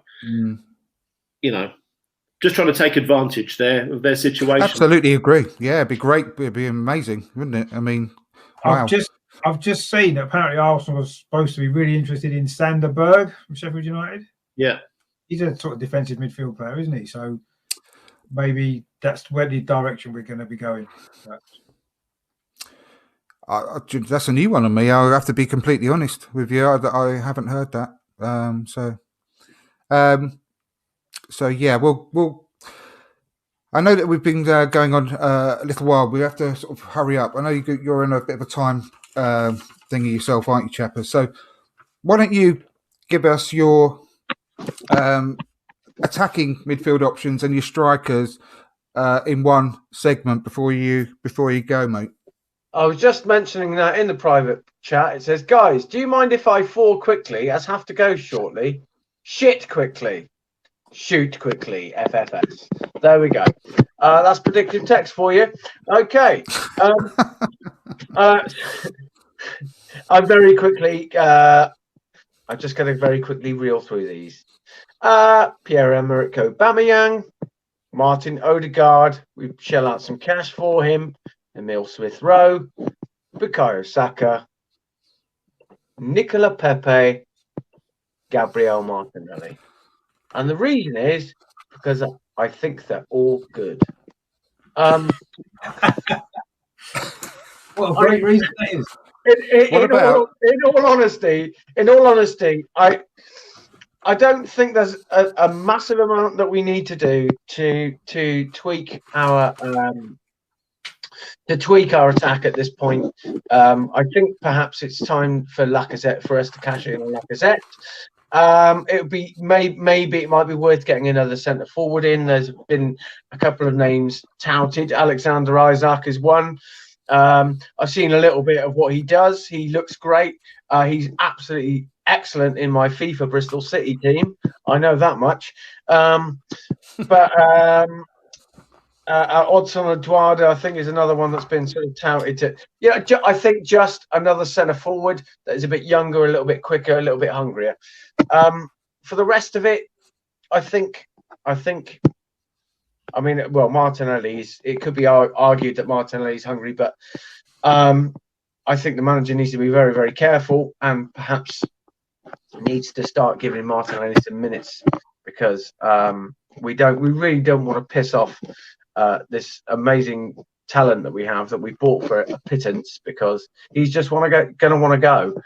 And I just don't want to. I couldn't bear to see him in another shirt other than an Arsenal shirt. So that's it. Anyone agree or disagree with that? Or what about Nelson? What would you do with Nelson, just quickly, as the last thing? I've had a real soft spot for Reece Nelson for a long time, but he is clearly. It's a very, very high standard for the attack, and he's clearly not meeting it. So I think we have to cash in on him as well, don't we? And if we do cash in on him, then use that money, or at least put that money towards perhaps buying a new centre forward, a younger centre forward, along with the lack of money, and a decent midfielder. So there you go. Great. Right, I just wanted to say also to everyone that's listening, and to you guys as well, happy St. Paddy's. Thank you. Yeah, definitely. Bit of a different one. Is anyone actually Irish here? No. No, afraid not. Me neither, but I thought I'd get a couple of cans of Guinness in. Why not? As it is. Any excuse. Thanks a lot, mate. Great to have you on, and we'll see you next week for the Graham Rix return. Excellent. Yeah, and can I just ask, how was the streaming this evening? Because perfect. Was there no yeah, really? don't jinx it. Don't jinx it. It's been perfect. No issues today. All right, excellent. Well, fingers crossed, and I'll see you guys next week. Take care, chappers. See you later, mate. Right, well, cheers, chappers. Right, we'll go through this in a similar sort of way, because I know that I'm sure maybe you're running a bit of time schedule yourself, guys. But my attacking midfield options, I've got Saka, of course, Pepe, Odegaard, Emil Smith-Rowe.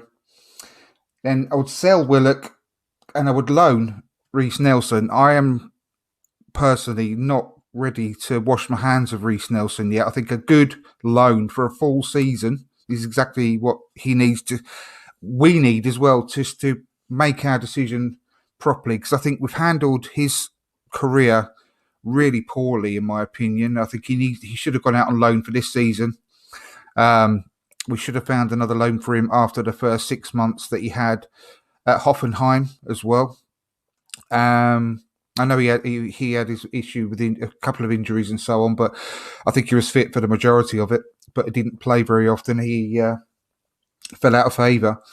So I'm really reluctant to wash my hands with him yet. I still think there's a lot in there that we need to find out about. So I'd loan him next season. I'll get rid of Willock, and I'll bring in Ademola Lookman, which is another one out the blue.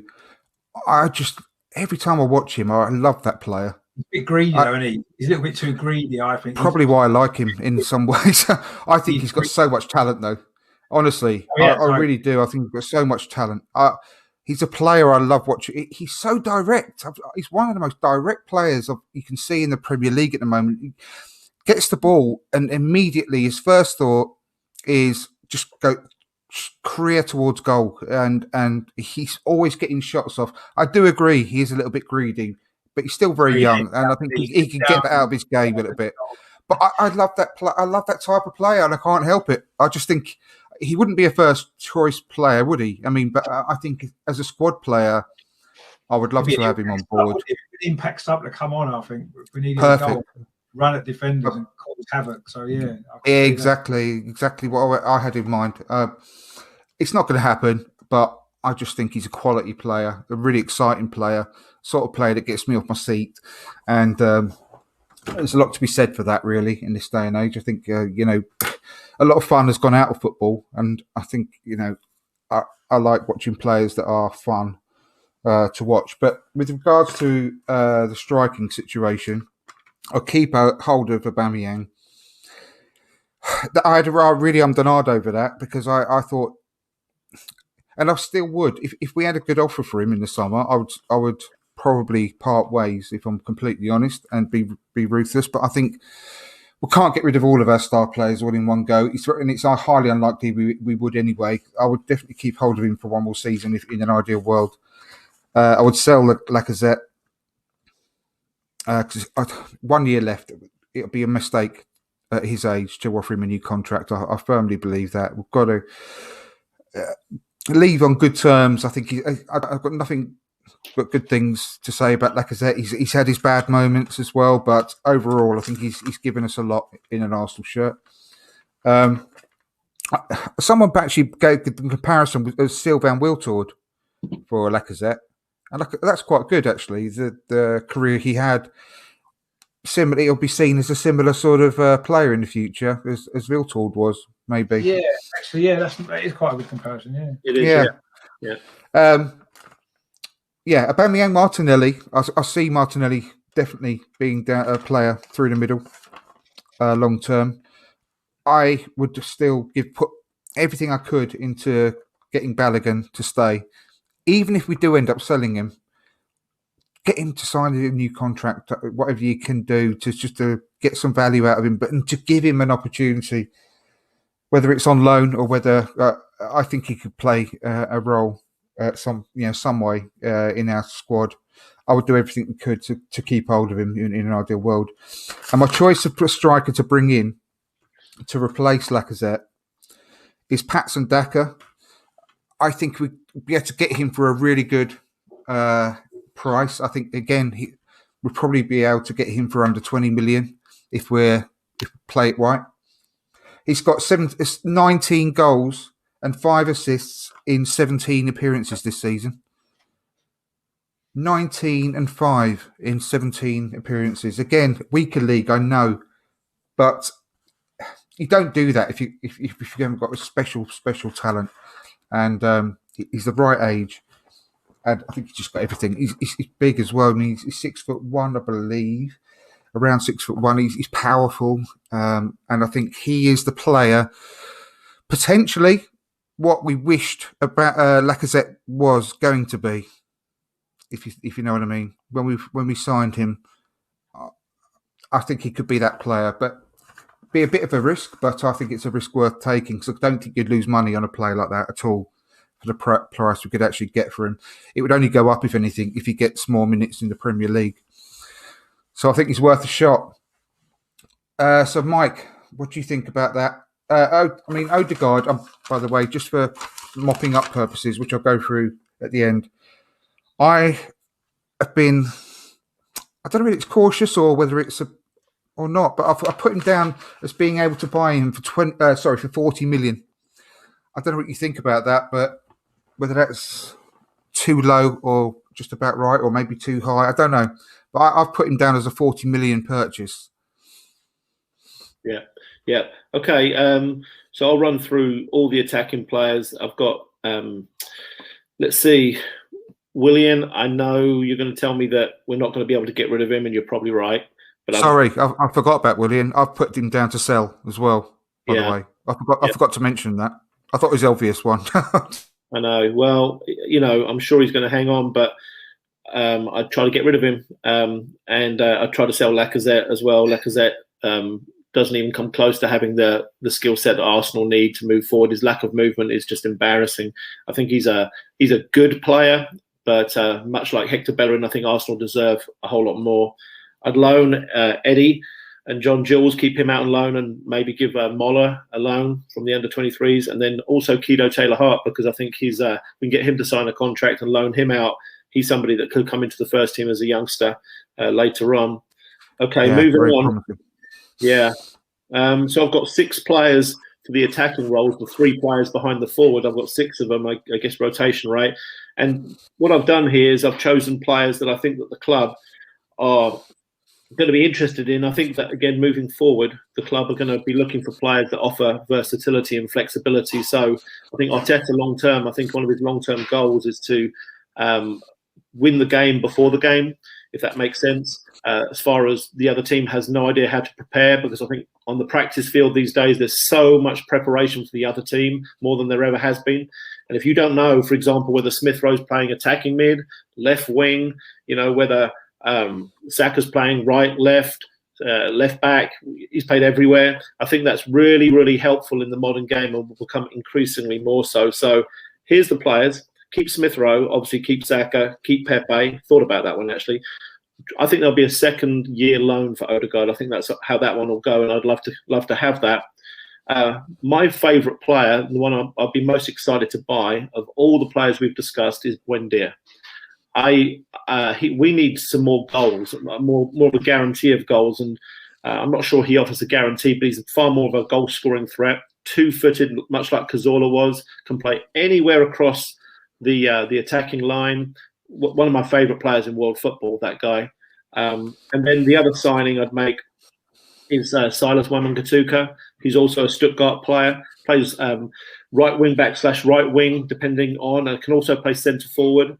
So when Aubameyang, say that name again, sorry, Mike. He's called Silas Wamangituka. Okay, you need to watch him. He is, I think, the top scorer at Stuttgart this year. I think Bayern Munich are heavily chasing him. And he is somebody who could play. He plays on the right side for them, but I see him as a centre forward in time, replacing Aubameyang. So I was not sure whether I really wanted or needed him, but I think long term he could actually be the centre forward that we're lacking. Moving on to the centre forwards, so many options, but honestly, I think I would just keep what we have for right now.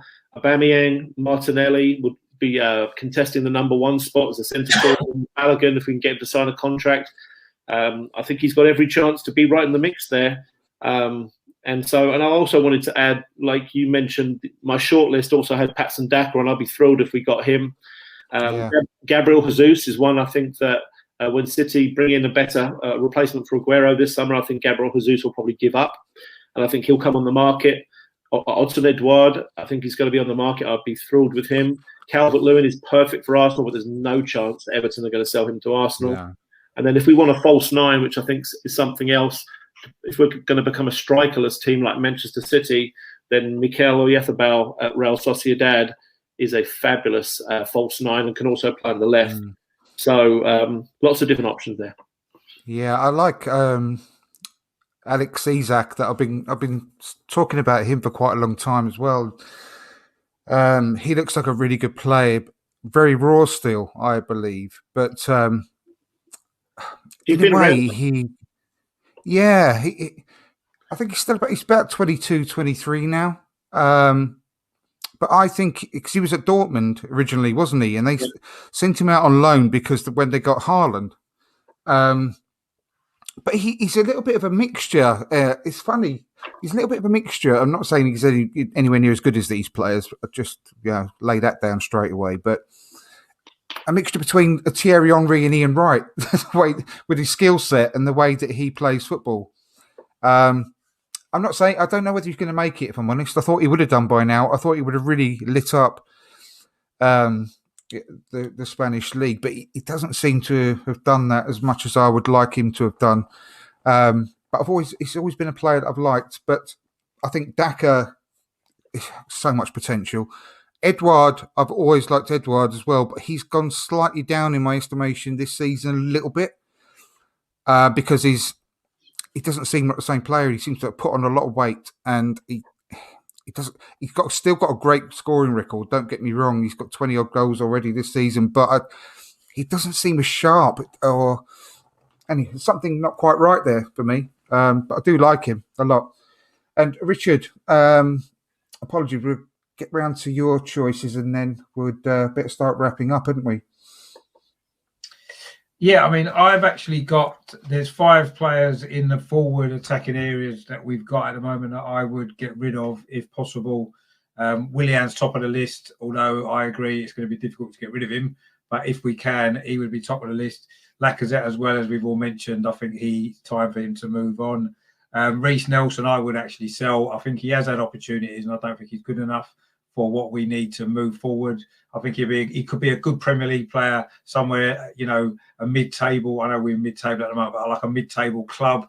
I think he could be a decent player there, but not for us. And I would also sell Nketiah because there's another one that I feel has had chances and isn't good enough. So I will get rid of all them. And also, controversially, maybe I would sell Nicolas Pepe as well because I just don't think he's what we need. So, and I think we could get good money for him still. I know nowhere near what we paid for him, but I still think he's probably our most, out of all the players that I would sell, we'd get the most money for him out of all the others, because one of the contract that he's on, his age, and the fact that he has played up and down in the Premier League for 2 seasons. So I would sell him. I would obviously keep Saka. I would get Odegaard if we can sign him for permanently, brilliant. Or as Mike said, another season loan would do. I think he'd definitely keep him. So Smith Rowe, Saka, obviously Aubameyang we're going to keep because he signed that new contract anyway. He needs to buck his ideas up. And Martinelli, of course, as well. In terms of bringing players in, with Pepe gone, I would be looking at either St. Maximum at Newcastle, especially if they get relegated, or Pedro Neto at Wolves, who's 10 times a player Nicolas Pepe will ever be. So he's a little bit younger. He's far more direct. He's got far more end product, far more consistent. So either of those two to come in for Pepe. I agree we need another centre forward. Yes, Calvert-Lewin's a player that I would love at Arsenal, but I agree with, I think it was Mike, wasn't it, who said we're never going to sign him from Everton. He's not going to leave Everton to come to us, is he? But he would be perfect for us. Failing that, I would actually, with Lacazette going, I would maybe be tempted on Danny Ings, a little bit younger. I think, he's a little bit more mobile than Lacazette. He scores more goals. I would be maybe looking at someone like that. I like players that play in England because they haven't got to adapt or adjust. All these players from foreign leagues may well be good players. I don't really follow the foreign leagues that much, but my worry with them is they might take a year to settle in, and that's a year wasted of the season, like we've done it with other players before. Yes, they might not. They might settle in straight away, but I feel someone like Danny Ings or Calvert-Lewin shouldn't take any time to settle because they're used to the league. I still think Wilfried Zaha is still on my kind of radar. I would like him. I think that ship's probably sailed now, if we're honest, at his age as well, 28. I think we probably ain't going to get him. But, yeah, that would pretty much how I would. And also, in terms of the young guys, I think that Muller actually looks like he could be promoted into the first-team squad, possibly.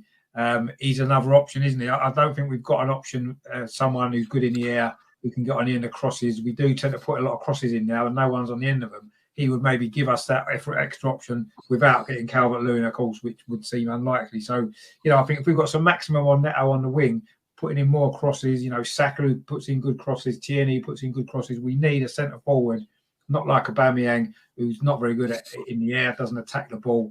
We need a centre forward who's going to attack crosses, because we are putting in a lot more crosses now. That seems to be the way that we're playing. So, yeah, either say Muller, who could. Yeah, he's still too young at the moment, but I'll get him in the squad. But yeah, maybe Danny Ings as well, because he's not bad in the area. He attacks the ball, and we could probably get Danny Ings actually. I think if we really put ourselves out there. And I see another player I like is the guy at Aston Villa. I think is he Egyptian or Albanian or something? Is it El Ghazi? I think he looks quite decent. El Ghazi at Aston Villa. He's been around for quite a long time now at Villa. Yeah, no, he has. But I think technically he's a very good player, and I think he could be a good player for us. Again, he's another player. Could we get someone from Aston Villa when potentially they're going to finish above us this season? You don't know. I don't know what their plans are, I guess, long term. But they're the sort of players that I would look at. But yeah, I would definitely clear out a lot of our attacking players, which I don't think are good enough, and I think have held us back over the last couple of years because they're not good enough, and we need to clear them out. We've got some good attacking players at the club that we keep. Martinelli needs to play more, and then I say look at getting 2 or 3 in. We should raise quite a bit of money from selling our attacking players. Got some money coming in. Neto or St. Maximum would be top of my list, definitely. Especially if Newcastle get relegated, we should be all over St. Maximum. We should offer Newcastle whatever they want for him. I think he'd be fantastic. I said that last season when they first signed him. He was a much better option than Nicolas Pepe at the time, and we somehow ended up with the wrong one again. But anyway, we still might be able to get that done. He's only 24 at maximum, so he's still coming up to his peak as well. We got another 3 years out of him. I think that would be a big one for me. If they go down, we should be knocking at their door. I mean, I only live around the corner to their training ground, so I'll be knocking on his car door and having a word with him myself if they go down. I'll pay for his train ticket down to London. There's a player here that here we are. AFC. Sorry, it was already on the screen. Being stupid now. AFC Joe Carey kindly left us a comment saying, has anyone mentioned Youssef En-Nesyri or Antoine Griezmann? Well, I don't know an awful lot about this Youssef En-Nesyri, if I'm completely honest with you. Yeah. He's got a really good record this season, and apparently it's a player that West Ham are interested in. He's got value on this transfer mark of £13.5 million, which again you can take with a pinch of salt. But Sevilla this season, he has got 27 appearances and 15 goals. But he's also really quite tall. He's about 1.9 meters, which is what, 6'2", 6'3", something along those lines. So he could be a presence in the box. But I don't know much about him, if I'm completely honest. Do you know much about him? I know quite a bit about him. I watched him, but I think he's being linked because Arsenal need physical presence because Aubameyang plays like he's just scared of contact. Always has, actually. So unless you create goals that Aubameyang likes to score, Aubameyang's only going to score you 2 or 3 types of goals. So I think my hope, I don't know what Richard, is that Martinelli can be the player that. Because he's great with his head, isn't he? Yeah, he could be. He could be. Although I actually see him more playing on the left side, actually. You know, Saka on the right, Martinelli on the left, and a centre forward who's going to attack crosses in the middle. And Martinelli can also come in from the left-hand side. He'll get on the end of crosses from the right, which is what he was doing before. But I think he's really good on the left-hand side, actually. So, yeah, he can also play through the middle. So he's that option as well. And he's probably, I know it sounds strange when Aubameyang's got all the goals, but he is probably better in both those positions than Aubameyang is, isn't he? He's a better centre forward and he's better on the left, I think, than Aubameyang.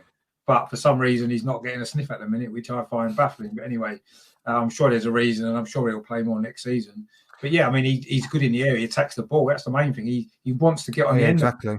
You know, and Aubameyang, I agree with Mike. Aubameyang doesn't want to. He's not going to put himself in a position where he might get hurt by trying to get on the end of something. Yeah. Martinelli would push his own teammate out of the way to get on the end of a cross. You know, like he quite used to. And we don't have. I don't know why Aubameyang doesn't do that, because he scores enough goals. He'd probably score another 10 a season if he did that, wouldn't he? Well, think about it, Richard. You think it's not just he doesn't want to have the physical contact in the air. Where does Aubameyang hang out on every single cross? He's at the back post, never in the middle of the centre backs. He just has a legitimate fear of being hurt. I mean, maybe you could say, well, he's had a career of almost no injuries, a smart man, but that limits the team that he's playing for.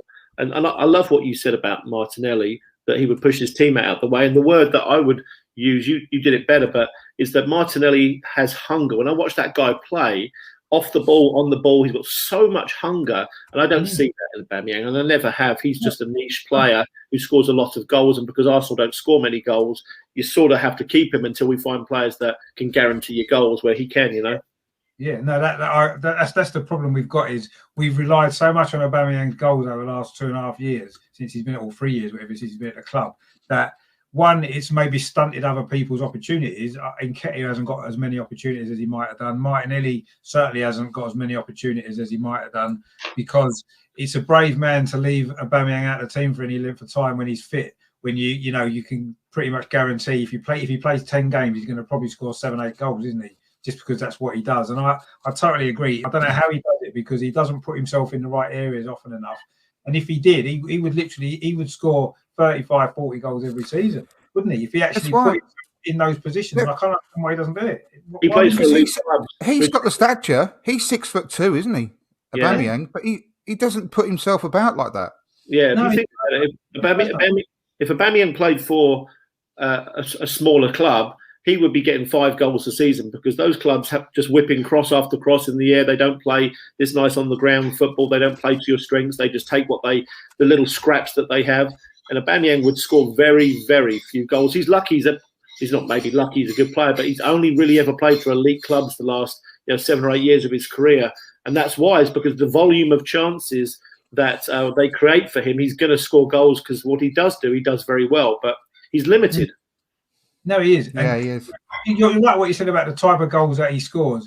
He either scores them goals when he cuts in from the left-hand side and shoots with his right foot. He'll score a lot of them. He scores a lot of goals when maybe someone puts a low cross in and he arrives at the far post and finishes them off. He's done a load of them goals as well. And then you're looking at it and you think, what other goals does he score? He doesn't make goals himself, really. I mean, the one's cutting in from the left a little bit. He cuts in and shoots, but he doesn't. He's not going to score a goal from nothing, is he? He doesn't chip the keeper from the edge of the box. He doesn't, he doesn't throw himself into the 6-yard box, score diving headers, or get on the end of crosses or anything, does he?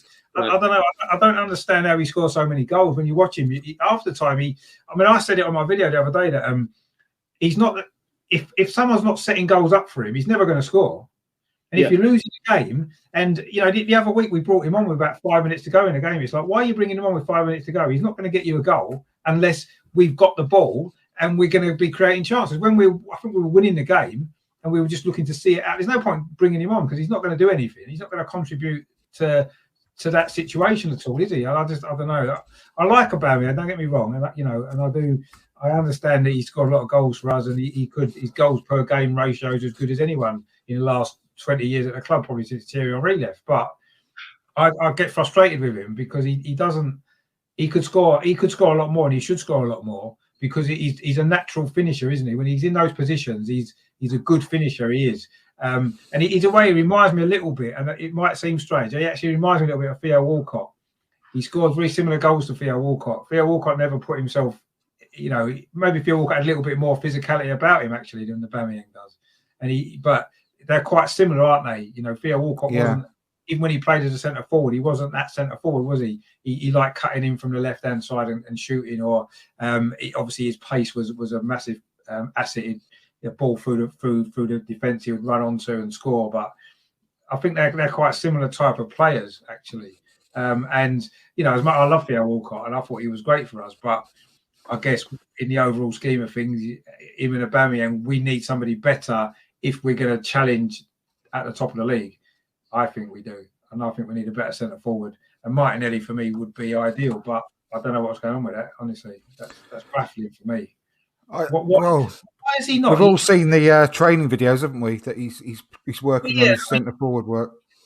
He got taken off at half time in the game against Man United when it was 0-0 at half time, right? And he hadn't done brilliant, but he hadn't done bad. No one had played that well in that first half, and he's not even been on the pitch since. And he's not been on the pitch, has he, since then? Not really. I've got a theory. No, he hasn't. Sorry, go ahead. No, I just said he hasn't been on the pitch since that Man United game at half time. Yeah. Right, carry on. Yeah, I've got a theory. Our coach is all about organisation and structure, maybe beyond anything else. Arsenal are a far more organised team. And when you think of that, sometimes your thoughts go back to, the 90s, 80s, early noughties, where organisation structure was your back four and your midfield. It's not anymore, is it? It's your forwards and the responsibilities they have in the defensive third. Yeah. And tracking runners, and these things have now become very much part of the modern game, and that's why he was subbed against Man U. So I'm wondering if Arteta said to him, listen, you've got all the talent going forward, you're a threat, but you need to learn the defensive side of the game, and when you're willing to do that and learn it and improve in that area, I'll give you the opportunities to show us what you can do at the other end of the field. That's my best guess. But is that not, I agree that could well be the reason, but is that not going to take away something massive from his game? He was last season when he first came and he was playing first of all in the cup games, Europa League and the Carabao Cup and stuff like that. What was good about him was that he didn't play to any real structure, and that was what was so great about him. And defenders didn't know what to do with him. They couldn't really mark him because he wasn't. Was he playing on the left? Was he through the middle? No one knew what he was doing. He would run around, chase after the ball, close people down, work 100% every game, but without, like you said, without that team structure maybe. But that's what was so great about him. And if Arteta tries to get that out of him and make him become more like a robot, like all of other players are, then I think we're going to lose something, because I don't enjoy watching Arsenal as much these days for that very reason, because it is very robotic. It's almost like synchronised swimming sometimes, isn't it, watching Arsenal play, because it is far too structured. I like to see players that are going to prepare to, take a chance and take a risk. And we very rarely do it. And maybe you're right. Maybe it's why Martinelli's not playing. And if he starts training it out of him so he gets to play, he's not going to be the same player. He's just going to be another player. He's going to end up just like Aubameyang, or he's going to end up like someone else. It's only really Saka and maybe Smith Rowe to a certain degree that he allows a little bit more freedom. But even they've still got to fit into the structure, haven't they? Smith Rowe's a little bit more of a loose cannon at times in the forward areas, but, he still back defensively doing his duty there, isn't he? He's not allowed complete freedom, neither is Saka. And it's a shame, really, because those players have got so much flair, and it's almost like Arteta doesn't want that in the team. It worries me a little bit. It's like, even Nicolas Pepe sometimes is defending on the edge of his own box. And it's like, okay, do the job sometimes because you're part of the team. But that's, the same when Mesut Ozil was playing. You don't want Mesut Ozil playing and covering your left back because you're not going to get your best out of Mesut Ozil there. Well, Rich, how many times did I say that about Pepe? You need paying 72 million quid for a glorified, wing back. You don't. I don't always blame Pepe. I haven't always blamed Pepe. I think he has. I'll just use Pepe as an example. Right. Right, and sometimes he hasn't. He's not done enough. But your flair players, you want them up front. Yeah, you've got to allow. I mean, Odegaard seems to be the sort of player that wants to work anyway. He seems to want to tackle back, and he does that naturally by the look of it, and that's fine. But, you've got to allow those sort of players, you've got to allow them a bit of freedom in the final third so that they can do what they're good at and let them express themselves and what they're good at. And the things that maybe they're not so good at, for example, Ozil tracking back, he wasn't no good at that. If you're going to make him do that for 60 minutes in the game, you're not going to see the best of him. If you're going to make Aubameyang cover his left back, which he does, you're not going to see the best of Aubameyang at the other end of the pitch because he's going to be knackered when he gets back up there. And if you make him Martinelli do that, you're not going to see the best of Martinelli when he plays. And that's an issue. That's an issue with the coach, definitely, and if with the structure, which is helped. I don't think I've ever seen. I don't think I've ever seen a more hard-working player anywhere than Martinelli. He literally busts a gut. He never gives up. No, he doesn't. But he's not doing it in the areas that Arteta wants him to be doing it. Yeah, but he'll chase around all the way around the back. Frustrating, isn't it? Every single defender, he's just closing them down. But Arteta doesn't want him to do that. He wants him to be. It's annoying. That annoys me. I want to see. This is what I was on about earlier when I was talking about Lookman. Yes, he's a frustrated player. I just want to see players that do things off the cuff at the sharp end of the pitch and just excite you. And let him do it, will he? Arteta wouldn't let Lookman do it. That anyway. That's for another show, another day. I think. Because I know it would have been. I don't want to be keeping you within 2 hours now, Mike. How are you getting on for time? And obviously, you, Rich. Are you okay just for a few more minutes just to finish up, or do you need to go? I'll do 5 more minutes if that's cool. Yeah, of course. Just give us a nod when you need to go. But it's just a quick sort of overview, really, of the ins and outs and the money side of things. Because on my point of view here, I've got a list of players that I would sell, which I'll have a bit of a recap later. Maybe after you need to go, so I won't keep you too much longer. So it's Torreira, I would sell. I've put 15 to 20 million as a rough guide. Guendouzi, I've got 10 to 15. I think his value has crashed personally. Bellerin, I've got 20 to 25 million. Willian, probably quite optimistically on this one, thinking about it. I've got 8 to 10 million. We'll have to wait and see. I'd accept £8 rather than 8 million, but Lacazette 20 to 25. I still think he's got that sort of value in him personally. AMN 15 to 20. Runason 1 to 2, and that I put million, but again, 1 to 2 quid is fine. Xhaka 15 to 20. Take the sweets from Mike. That really I think I've probably been under on Xhaka there, but I've been cautious. 15 to 20. Nketiah 10 to 15. Willock 10 to 15. So all of that added up comes to 167 million quid. At the best, at the worst, 124 million quid. Now, if we were to get all of those out, my God, I think we'd need some kind of award, but it ain't going to happen. But that's in the absolute ideal world. And the players to buy in list that I've got Douglas Luiz at 30, Odegaard 40, Coke Miners 20, Daka 20, Cash 30, and I've just realised I've missed off Lookman. What do you reckon for Lookman? 20. I'll put around 20. Depends if they get relegated. Yeah. Again, this is only rough, very, very, very rough. But if we were to get all of those players, that's 160. So if we were to sell all of the players and get all that players, even in the worst case scenario of the values of that list of players out, we're only looking at 36 million net spend, which, when you're talking about a much, much needed reinvigoration of the squad with young, hungry players and players that really suit Arteta's style, it's a snip, really.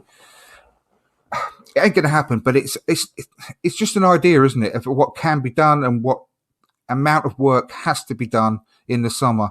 I mean, have you got a rough idea about where yours would stand, you guys? I don't mind who goes first. I mean, Mike. Yeah, sure.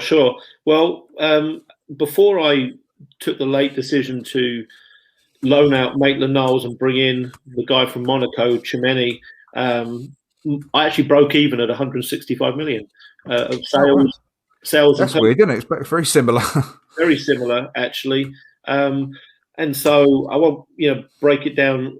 All I'll say is, because I'm a little tight for time, is what Richard said earlier really struck a note, and it's the crux of what I would do if I was put in the position to change the Arsenal squad. Is I want the players on the field, in particular my first team, or the players who are in the rotation, to be mostly, if not almost all of them, with Premier League experience. Because I spend way too much time wasting time looking at all these other footballers from different leagues, it's tempting because you see all these lovely shiny toys other places. But the truth of the matter is, if I was to line up the first 11, it would be looking like someone like Leno and Lamptey and Tierney and Gabriel and Mari. So the Lamptey, Premier League experience. Basuma in the central midfield, Premier League experience. Anguissa or Partey. Anguissa, Premier League experience. Buendia, same thing, Premier League and Championship experience. And all these other guys that I've kept. The only one is Wamangituka. But every player, I think that if I was to pick the first 11, would be either a former player or a player who's come in with Premier League experience. And I think that that's the way Arsenal need to move. They need to go get themselves a more modern athletic team with flexible players. But I think they need to get Premier League players, because you look at the situation at Liverpool where Thiago hasn't really settled and they're on his back. And there's players all over the league, top players, that they spend a year and a half. Even Thomas Partey, like Richard said earlier, Granit Xhaka has been our best midfielder, and Thomas Partey is clearly a better player.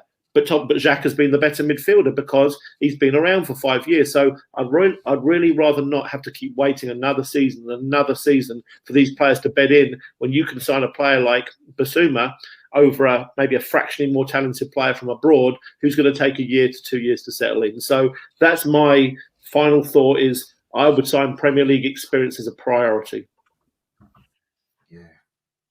Yeah. I mean, very good point. Very, very good point.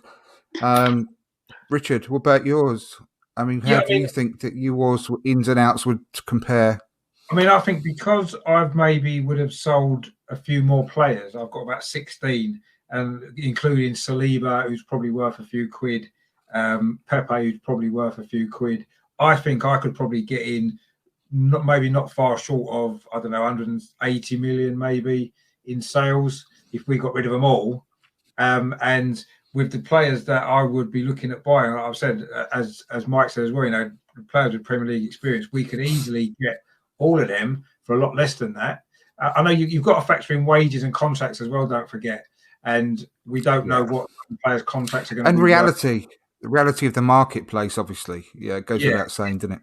I think, I'd be happy if we could get 180 million for all the players I sold, and we would then be able to bring in players of the quality of, maybe Neto, Basuma, and Anguissa maybe, and Lamptey and whoever else that we needed. Danny Ings we could probably get. We could actually really invigorate the squad, and it's getting rid of players that most of them